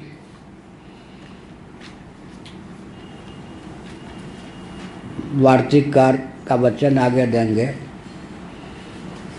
एक कहावत है हिंदी में, उंगली पकड़ के पहुंचा पकड़ना। क्या? उंगली पकड़ के पहुंचा पकड़ना। कल भामतीकार वाचस्पति मिश्र महाभाग ने एक विलक्षण पूर्व पक्ष प्रस्थापित किया। सांख्यों ने प्रधान आदि का वर्णन किया। सांख्य प्रतिपादित प्रधान आदि को आप अप्रामाणिक मान लो। जब योग का यम नियम आसन प्राणायाम प्रत्याहार धारणा ध्यान समाधि यह सब अंश प्रतिपाद्य विषय आपको मान्य ही हैं, तब योग दर्शन के अनुरोध से आप प्रधान आदि की प्रामाणिकता भी स्वीकार कर लो। तो क्या अर्थ हुआ? उस मुख से निकला इसलिए नहीं मानते, इस मुख से निकला इसलिए हम मानते हैं, यही बात हुई ना। क्या बस पदार्थ तो वही हैं, कौन? प्रधान महत्व इत्यादि, लक्षण वही भी है, क्या नाम भी वही है। तो चूंकि योग प्रस्थान ने कह दिया इसलिए हम इन पदार्थों को प्रमाण मान लें, और सांख्य ने कहा तो नहीं माने, तो दुश्मनी हुई या नहीं? कहते नहीं भाई, कल हमने इसकी व्याख्या कर दी। जब स्वामी ने कहा ना, मैं जब दंडी स्वामी था, शंकराचार्य नहीं था, आप जो बात कहते हैं बहुत बढ़िया लगती है, सुनने को भी सब जगह नहीं मिलती। मेरी लाचारी यह है कि मैं हाई कोर्ट का जस्टिस रहा हूँ, सुप्रीम कोर्ट का भी एडवोकेट रहा हूँ, दंडी स्वामी हूँ, आपका गुरु भाई हूँ, लेकिन आप उतने महान ख्याति प्राप्त तो नहीं है कि आपके वचन को कोट करूं सभा में। लाचारी है। लेकिन जो आप कहते हैं वही स्वामी अखंडानंद महाराज के मुंह से निकल जाए तो मैं कोट कर सकता हूं, क्योंकि उनकी प्रसिद्धि है। बात इतनी हुई ना, आपके मुंह से निकली तो हम चुप रहेंगे, उनके मुंह से बात निकल गई तो अरे भाई, जजमेंट किसको कहेंगे? जो जस्टिस जिस केस में नियुक्त है वो कोई फैसला देगा तब उसका नाम जजमेंट होगा। उसके मुख से निकला, कलम से कोई फैसला दिया गया निर्णय, और दूसरा ही जज जो जिस केस में अधिकृत नहीं है, जज होने पर भी कोई दूसरा वकील कह दे नहीं मान्य होगा ना। तो बात वही होने पर भी किसकी माने किसकी ना माने, यह तो विवेक रखना चाहिए। कहते घुमा फिरा कर तो यही हुआ ना, बड़ों की बात मान लो, छोटों की बात ना मान लो, तो तत्व का तो गला घोंट ही दिया तुमने। वहाँ केस मुकदमे की बात थोड़े है। तो चूँकि योग दर्शन ने अपने श्रीमुख से प्रधानादि का वर्णन किया, उसको जो के त्यों मान लो। तो जैसे वो यमादि के प्रतिपादन में प्रमाण है वैसे ही, नहीं तो क्या होगा? वार्तिककार का एक दृष्टिकोण है बहुत बढ़िया। भिक्षु पादप प्रसारण न्याय सुना है ना? भिक्षुक भिखारी जिसको कहते हैं, बाबूजी देखिए ना कितनी वर्षा हो रही है मुसलधार, आप कमरे में छज्जा जो है ना, छज्जा कमरे के बाहर, वहाँ जरा मुझको बैठ जाने दें, आपका कुछ बिगड़ता नहीं, इस दिन की रक्षा हो जाएगी वर्षा से या गर्मी से या सर्दी से। तो मानवाधिकार की सीमा में सोचा बात तो ठीक ही है, चोर ओर तो है नहीं, भिक्षुक है। तो बाबूजी आप तो बड़े दयाल लगते हैं, तो रोज़ ही रात में आकर यहीं विश्राम कर जाऊं। उसका नाम क्या है? भिक्षु पादप प्रसारण न्याय। मरकट बंदर देखते ही हैं, एक आ गए तो फिर आपको भगा देंगे, मालिक वही बन जाएंगे। और पिशाच भूत प्रेत पिशाच अगर आ गया तो क्या, वो फिर आपको लग जाएगा, भूत बना देगा, प्रेत बना देगा, आप भगो, उनके आस्थान हो गया वो। तो इसका अर्थ यह है, शास्त्र सम्मत कोई पदार्थ है, उसको रत्ती भर तिल भर भी कहीं खिसकने दोगे, इतना अंश अप्रामाणिक, तो उंगली पकड़ के पहुंचा पकड़ने के समान कोई कहेगा इतना। एक व्यक्ति ने क्या किया मालूम है, बहुत बढ़िया, मान लो निकेश जी ने एक चित्र बनाया कहीं बहुत बढ़िया स्थान पर, भव्य चित्र को टांग दिया, नीचे लिखा जितना अंश इस चित्र में आपको अच्छा न लगता हो टिक मार्क कर दीजिए। दूसरे दिन आया तो कोई स्थान ही नहीं बचा था जिसमें टिक मार्क न किया हो। बेचारा बहुत मनहूस हुआ। मित्रों ने कहा क्या बात, ये बात देखो हमने इतने बड़े, तो अब वही चित्र बना के लिख दो, जितना अंश आपको पसंद आप वहाँ टिक मार्क कर दिए, देख लो क्या होता है। दूसरे ने देखा कोई अंश नहीं बचा था जहाँ टिक मार्क नहीं क्या। फिर कहते हैं एक दक्षिण में महात्मा थे उत्तर प्रदेश के, तिरुपति बालाजी के पहले आश्रम था, वाल्मीकि रामायण के बहुत अच्छे विद्वान, श्री रामानुज संप्रदाय के, उत्तर प्रदेश या बिहार के रहे होंगे।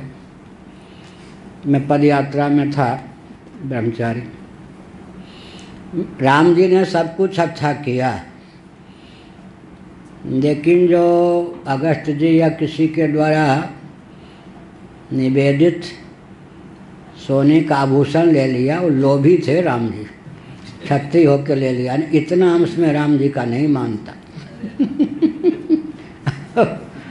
तो फिर क्या क्या कुमारी भट्ट ने, एक अंश में भी आपकी अनास्था हो गई तो क्या होगा जी, भिक्षु पाद प्रसारण न्याय, पिशाच पाद प्रसारण न्याय, मरकट पाद प्रसारण न्याय से फिर किसने अंश पर आपकी श्रद्धा बची रहेगी बताइए। इसलिए रत्ती भर भी धर्मशास्त्र आदि ने जो लिखा उसमें अप्रामाणिकता की बात आएगी तो बुश महोदय जब दोबारा राष्ट्रपति होने वाले थे अमेरिका के, तो वक्तव्य दिया, हमको लगा कि क्रिश्चियन लोग मार देंगे इनको, वो स्वयं क्रिश्चियन, मैं जन्मजात क्रिश्चियन हूँ, बाइबल में मेरी पूर्ण आस्था है, लेकिन सृष्टि को लेकर जो बाइबल में वचन है वो बिल्कुल नहीं मानता, क्योंकि आधुनिक विज्ञान ने उन पर पानी फेर दिया है, तो रास्ता साफ कर दिया ना।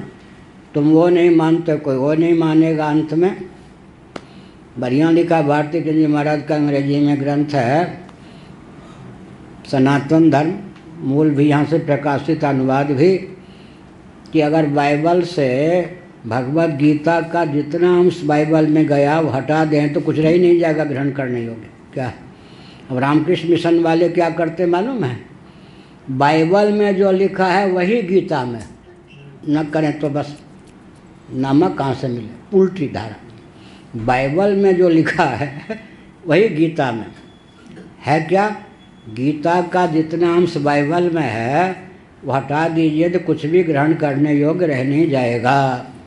तो यहाँ कहा कि भाई मानो तो पूरा मानो, कहते देखो हम आँख मूंद कर काम नहीं करते। क्या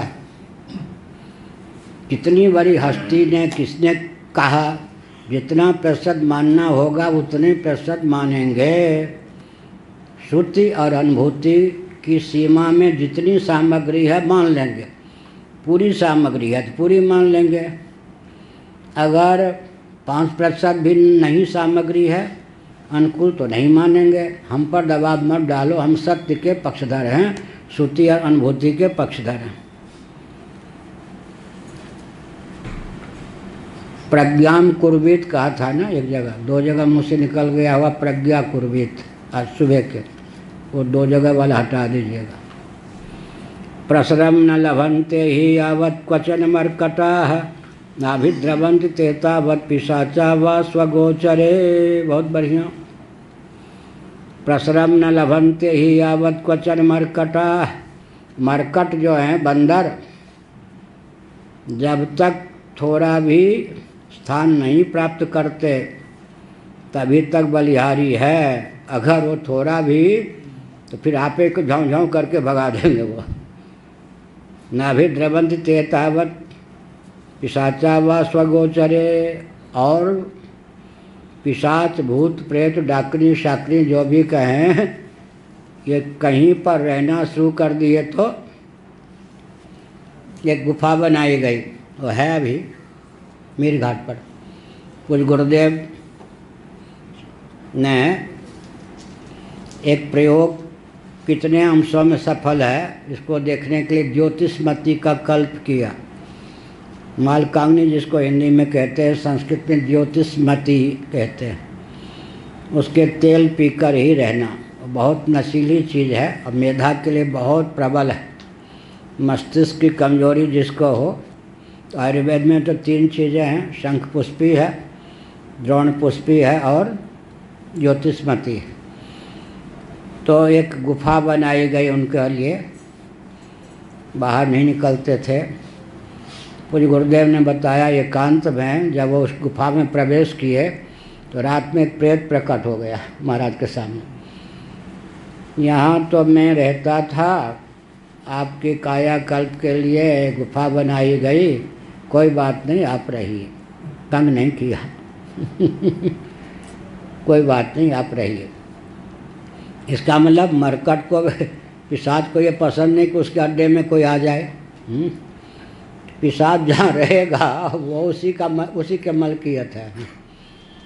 एक ने व्यापार का अवसर दिया ना मुस्लिम बादशाह ने, चिकित्सा में सफलता मिल गई, उसके घर के व्यक्ति को ठीक कर दिया। देखो वही ईस्ट इंडिया कंपनी भारत को खा गई। इसीलिए पिशाच, मरकट, भिक्षुक और जोड़ लीजिए। कहते भाई कहीं योग दर्शन में इतना भी तुमने अप्रामाणिक मान लिया तो फिर आगे क्या होगा? आगे फिर कोई यम को नहीं मानेगा, कोई नियम को।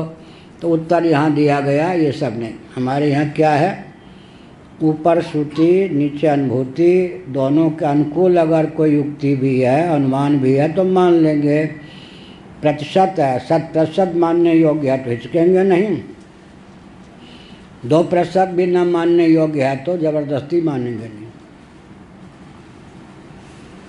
सेयम लब्ध प्रसरा प्रधानादौ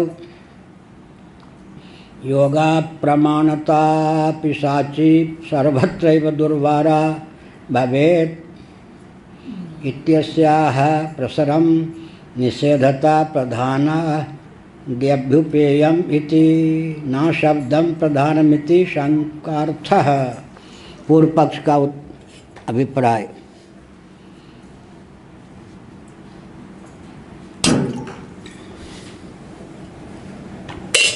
इस सब से क्या लाभ होता है कपिल जी, क्या ना गौतम जी? लाभ यह होता है कि व्यक्ति अपनी ओर से राग द्वेष से मुक्त हो जाता है।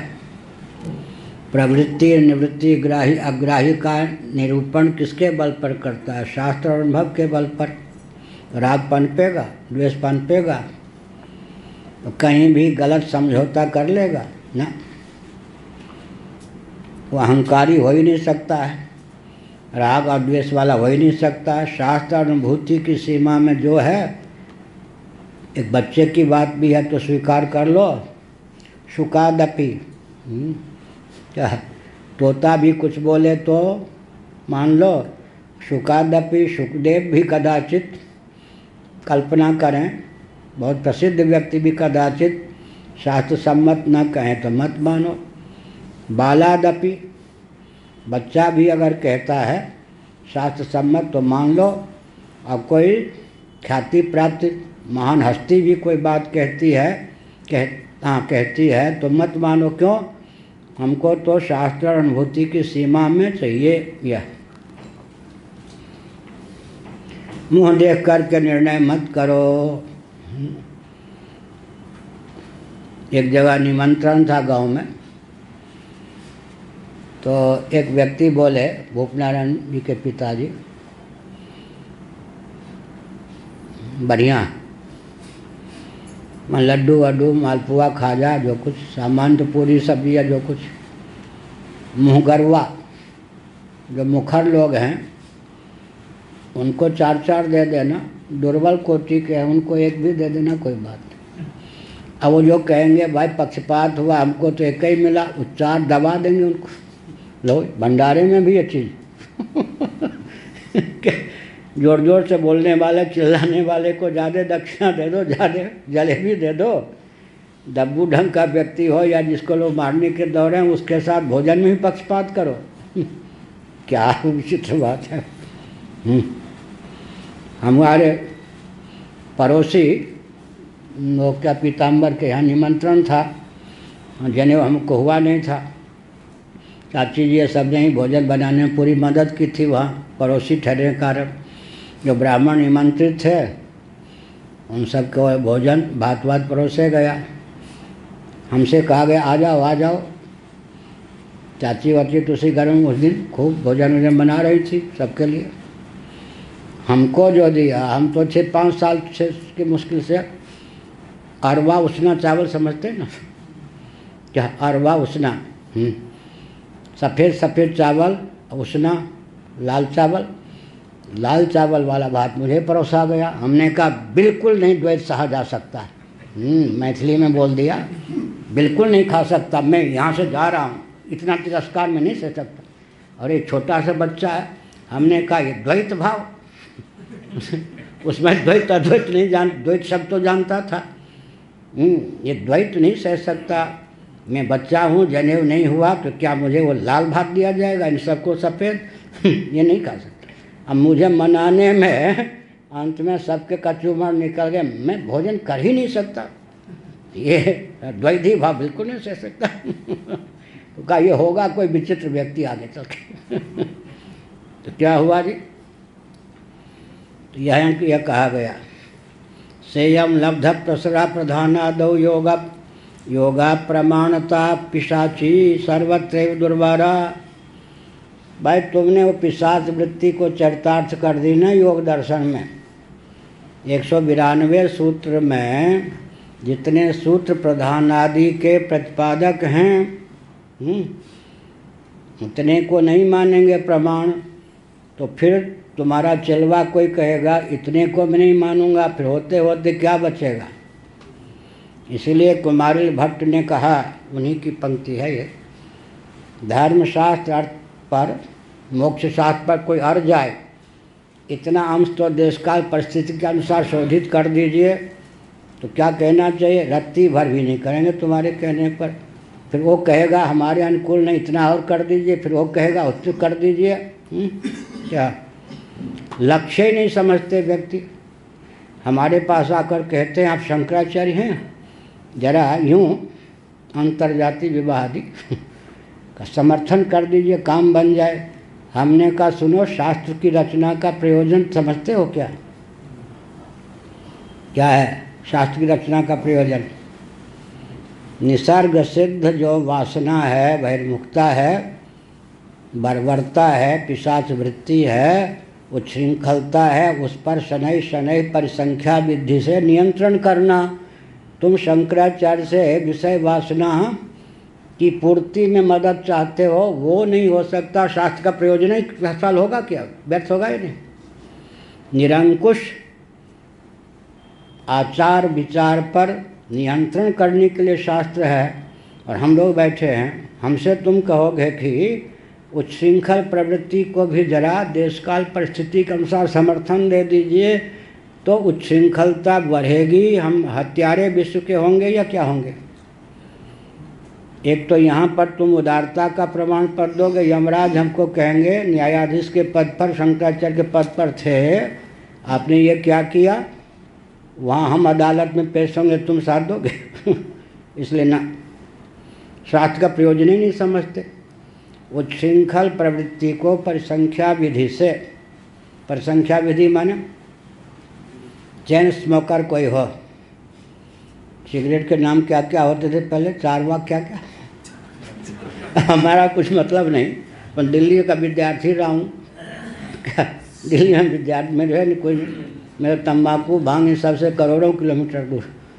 तो वो चार क्या चैन स्मोकर पागल बाबा था ना वहाँ पर का ऐसे ऐसे पगले व्यक्ति हैं, वो हर समय सिगरेट पीता था, उसको सिद्ध मान करके हजारों व्यक्ति लौटते थे दंडवत, और काला भूत के समान था, आकृति भी कोई ऐसी नहीं थी।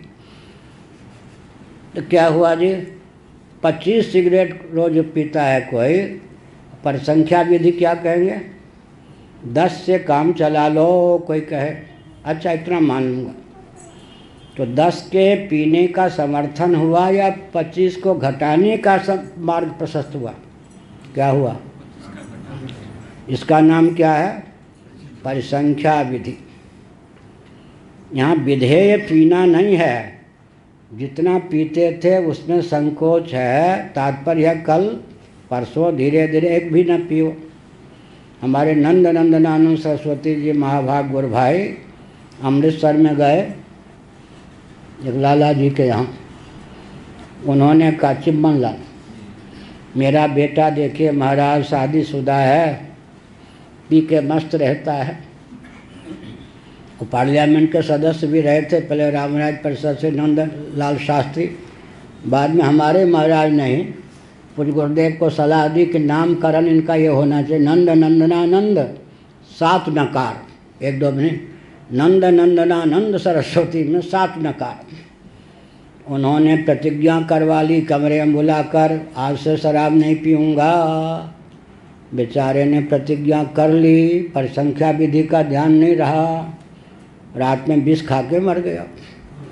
शराब पीने की आदत जब जगी, उधर ध्यान आया एक संत दंडी स्वामी के सामने प्रतिज्ञा की है, इधर जोर मारे, अंत में बेचारा विष की गोली खा के मर गया।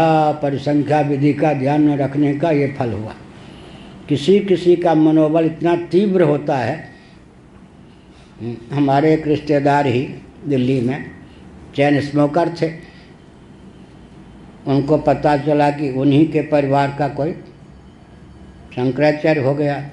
उन्होंने कहा मेरी लत को धिक्कार, मेरे घर का माने रिश्तेदार नातेदार कोई शंकराचार्य के पद पर सर्वोच्च पद पर आ गया, मैं किस मुँह से कहूँगा कि वो मेरा कुछ लगते हैं या मैं उनका कुछ लगता हूँ। एक क्षण में छोड़ दिया सब। वो मनोबल पर निर्भर है, परिसंख्या विधि।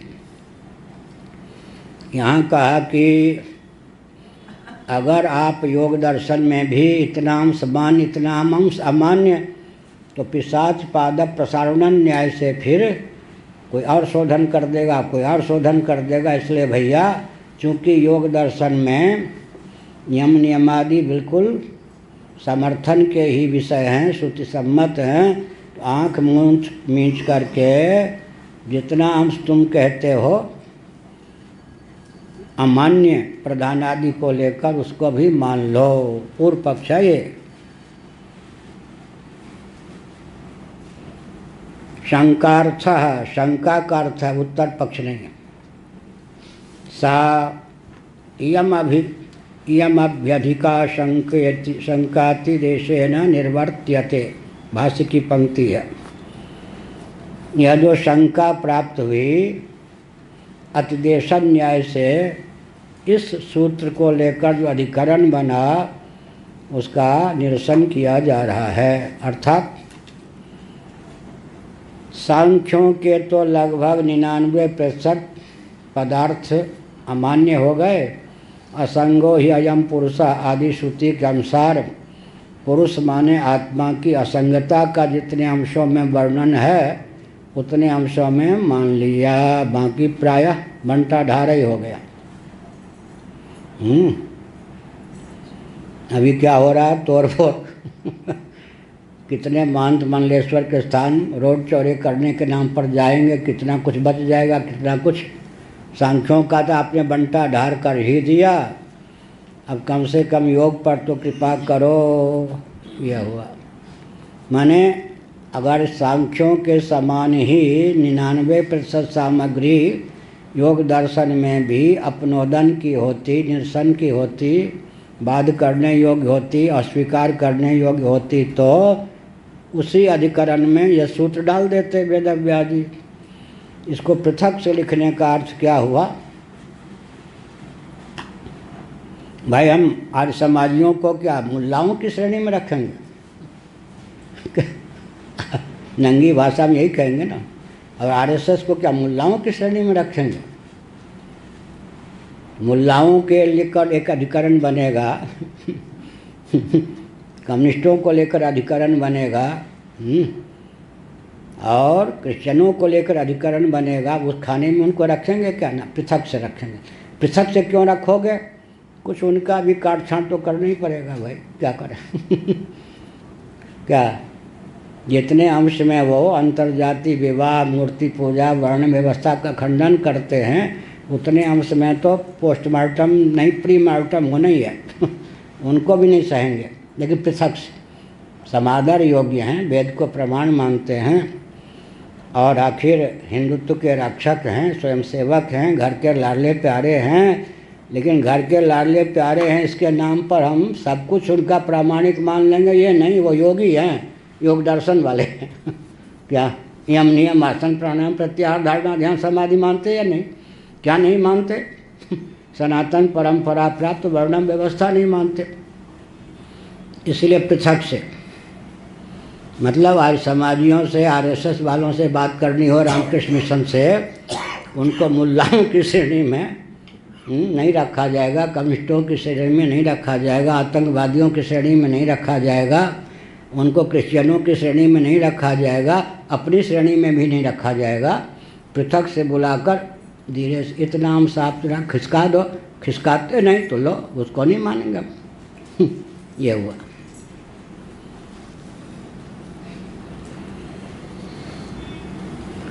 निवृत्ति हेतु माह, आखिर उनके भी निराकरण का हेतु क्या है बता दिया। अर्थैक देश संप्रतिपत्तौ अपि इति, एक देश स्वीकार करने पर भी, एक देश 100 एकड़ भूमि हो किसी के पास, उसमें 1 एकड़ अगर ऊसर हो तो क्या कहेंगे? ऊसर को ऊसर ही कहेंगे, उर्वर भूमि थोड़े कहेंगे। ऐसे ही किंचित अंश भी किसी प्रस्थान का, स्मृति का, शास्त्र और अनुभूति के विरुद्ध है, अविरुद्ध है तो मान लेंगे, विरुद्ध है तो कतई नहीं मानेंगे। यदि प्रधानादि सत्ता परम योग शास्त्रम भवेत भवेत प्रत्यक्ष वेदांत श्रुति विरोधेन अप्रमाणम। अब कहते हैं यदि प्रधानादि के प्रतिपादन में ही योग शास्त्र का तात्पर्य सन्निहित होता तो हम उन पर लिहाज नहीं करते, उतना अंश को भी अप्रमाण माने बिना नहीं रहते। परंतु बात यह है कि प्रधानादि परक जो सूत्र हैं उनमें उनका मुख्य तात्पर्य है ही नहीं। अवान्तर तात्पर्य निमित्त वशात कुछ लिखा जो कि सांख्य सम्मत है, उतने अंशों में उसका निरसन कर देंगे। बाकी जो उनका अपना अभीष्ट प्रतिपाद्य विषय है, यम नियम आसन प्राणायाम प्रत्याहार धारणा ध्यान समाधि, उसको लेकर हम सहमति व्यक्त कर देंगे। दूध का दूध, पानी का पानी।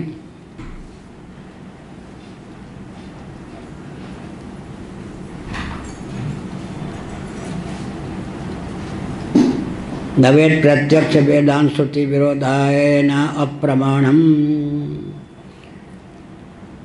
प्रत्यक्ष अनुभव और वेदांत माने श्रुति दोनों से विरुद्ध होने के कारण तब हम क्या करते, पूरे योग शास्त्र को रद्दी टोकरी में फेंक देते। क्या अगर प्रधानादि के प्रतिपादन में भी तात्पर्य होता तो, तात्पर्य तो है नहीं, जिसमें तात्पर्य है वो अपनाने योग्य है, जिसमें तात्पर्य है ही नहीं वो निरसन करने में कोई आपत्ति नहीं।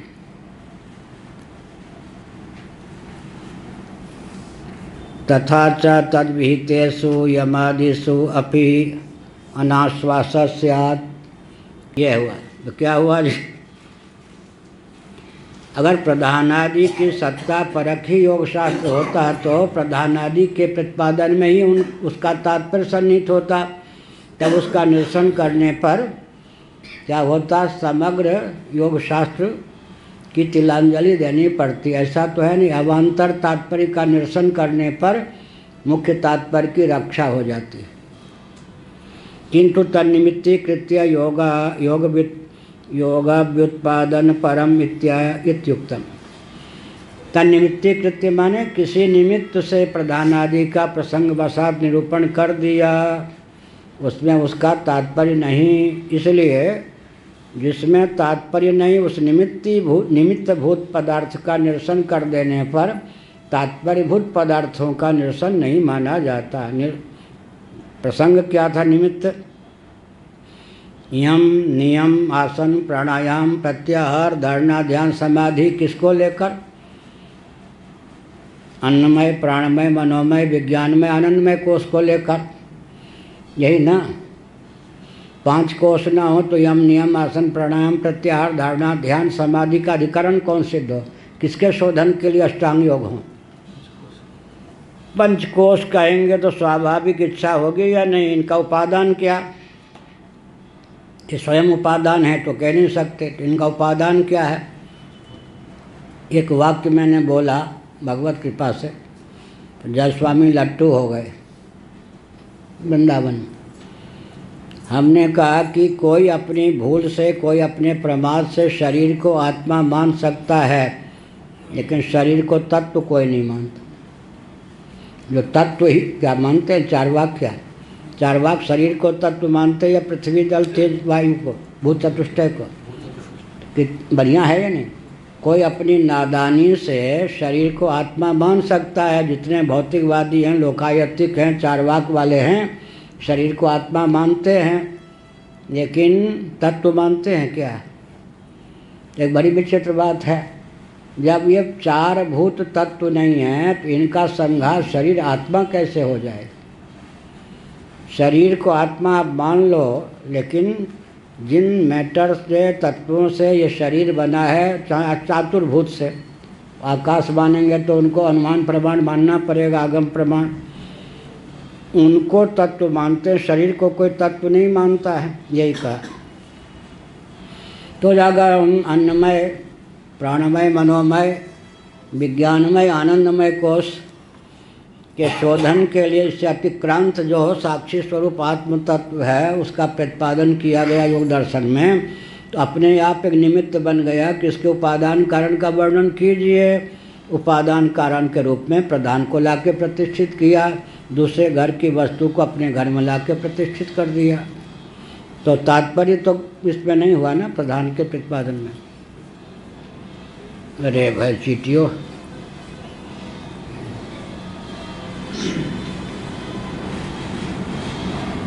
ठीक है। न चा विषय प्रामाण्यम, विषयेपि प्रामाण्यम उपहरन्ति। बहुत बढ़िया।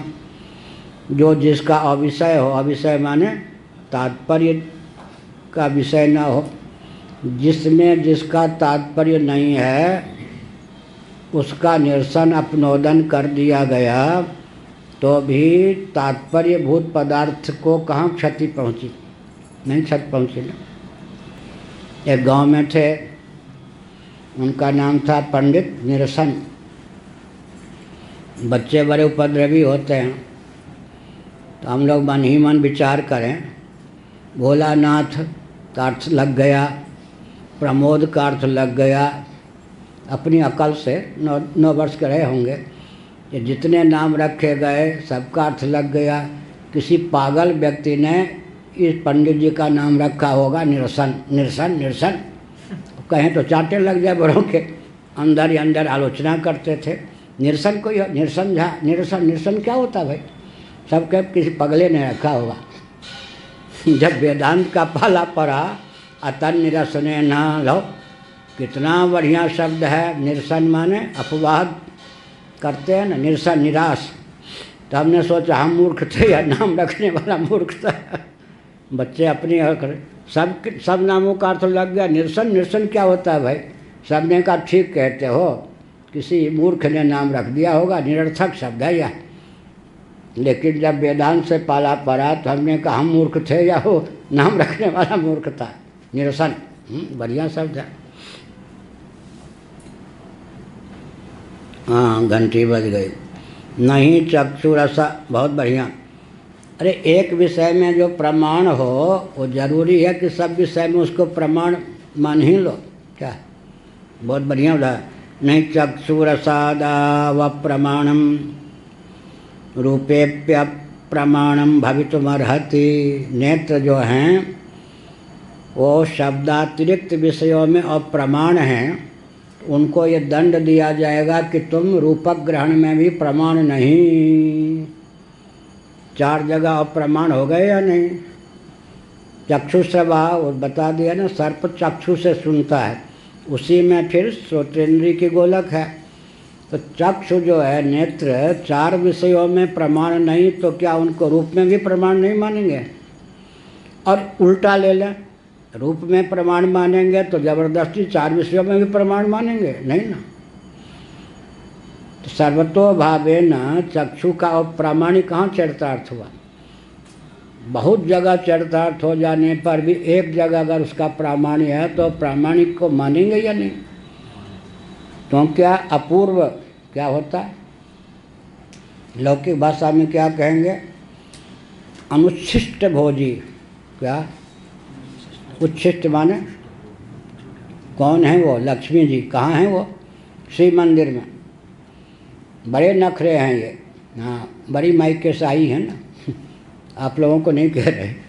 बड़ी मायके से आई हुई से शुक्राचार्य की बेटी ने अपने बाप से अपने पति को ही शाप दिलवा दिया। बड़े घर की बेटी लेने में आगे पीछे सोचना चाहिए कि वो पति बनेगी या पति को पति बन कर रहने देगी। बड़े घर की बेटी, यहाँ बड़े घर की बेटी कौन है? लक्ष्मी जी। कहाँ? श्री मंदिर में। जगन्नाथ जी को जो भोग लगता है, विमला आदि सब उन्हीं को पाती हैं। लेकिन लक्ष्मी जी के नखरे इतने ना, उनके भी जूठा नहीं पाऊँ। लक्ष्मी जी के अलग भोग बनता है भाई, बड़े घर की बेटी यहाँ है या नहीं? लक्ष्मी जी के लिए अलग भोग बनेगा। जगन्नाथ जी को भोग लगा हुआ भी लक्ष्मी जी नहीं पा सकती। हाँ, क्योंकि बड़े घर की बेटी है। ऐसे ही केवल चक्षु को ले तो क्या है? इंद्रियां कौन है? अनुच्छिष्ट भोजी, जूठा भोजन नहीं करती ना। एक इंद्रिय ने जिस विषय को विषय बना दिया, दूसरे इंद्रिय वो विषय को ग्रहण करें तो उच्छिष्ट भोजी हो जाए या नहीं? अनुच्छिष्ट। एक इंद्रिय का विषय एक ही हुआ ना, तो अनुच्छिष्ट भोजी इंद्रियां हैं। एक विषय में प्रमाण होने पर भी जहाँ उनकी प्रामाणिकता है वहाँ थोड़ी निरसन कर सकते, नहीं कर सकते। तो यहाँ तो उल्टे हो गया। एक अंश में अप्रामाणिकता है, वो निमित्त को लेकर, बाकी सब अंशों में योग दर्शन की प्रामाणिकता है। बल्कि हम तो यहाँ तक कहते हैं, भामतीकार ने कहा 4 जगह प्रामाणिकता सिद्ध हो जाए तो भी एक जगह प्रामाणिकता है, वहाँ 4 के बदले एक जगह नहीं रहने दोगे क्या?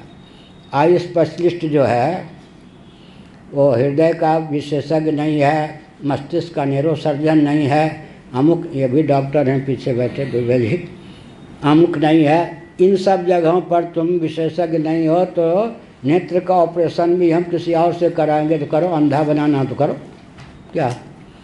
तो जो जिस विषय का विशेषज्ञ है, जिसमें जिसकी गति है, उसमें तो उसको प्रमाण मानना पड़ेगा ना। ये पूरा कर दें एक पंक्ति और।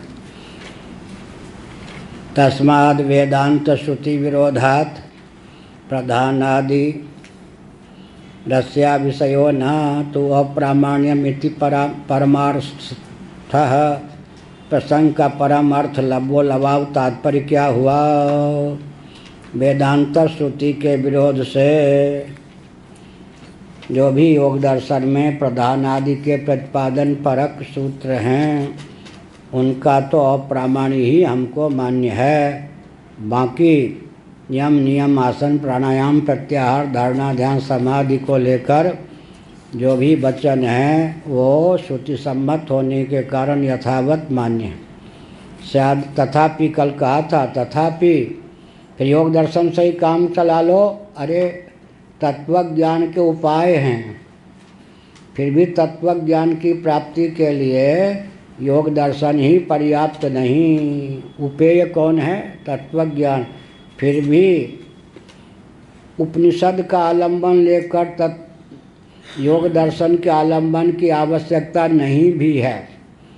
केवल योग दर्शन का आलंबन लेकर कहें कि अब हमको उपनिषद की आवश्यकता नहीं रह गई, धोखे में है, क्योंकि यमादि जो हैं वो गंतव्य नहीं हैं, गंतव्य तक पहुंचाने के साधन हैं।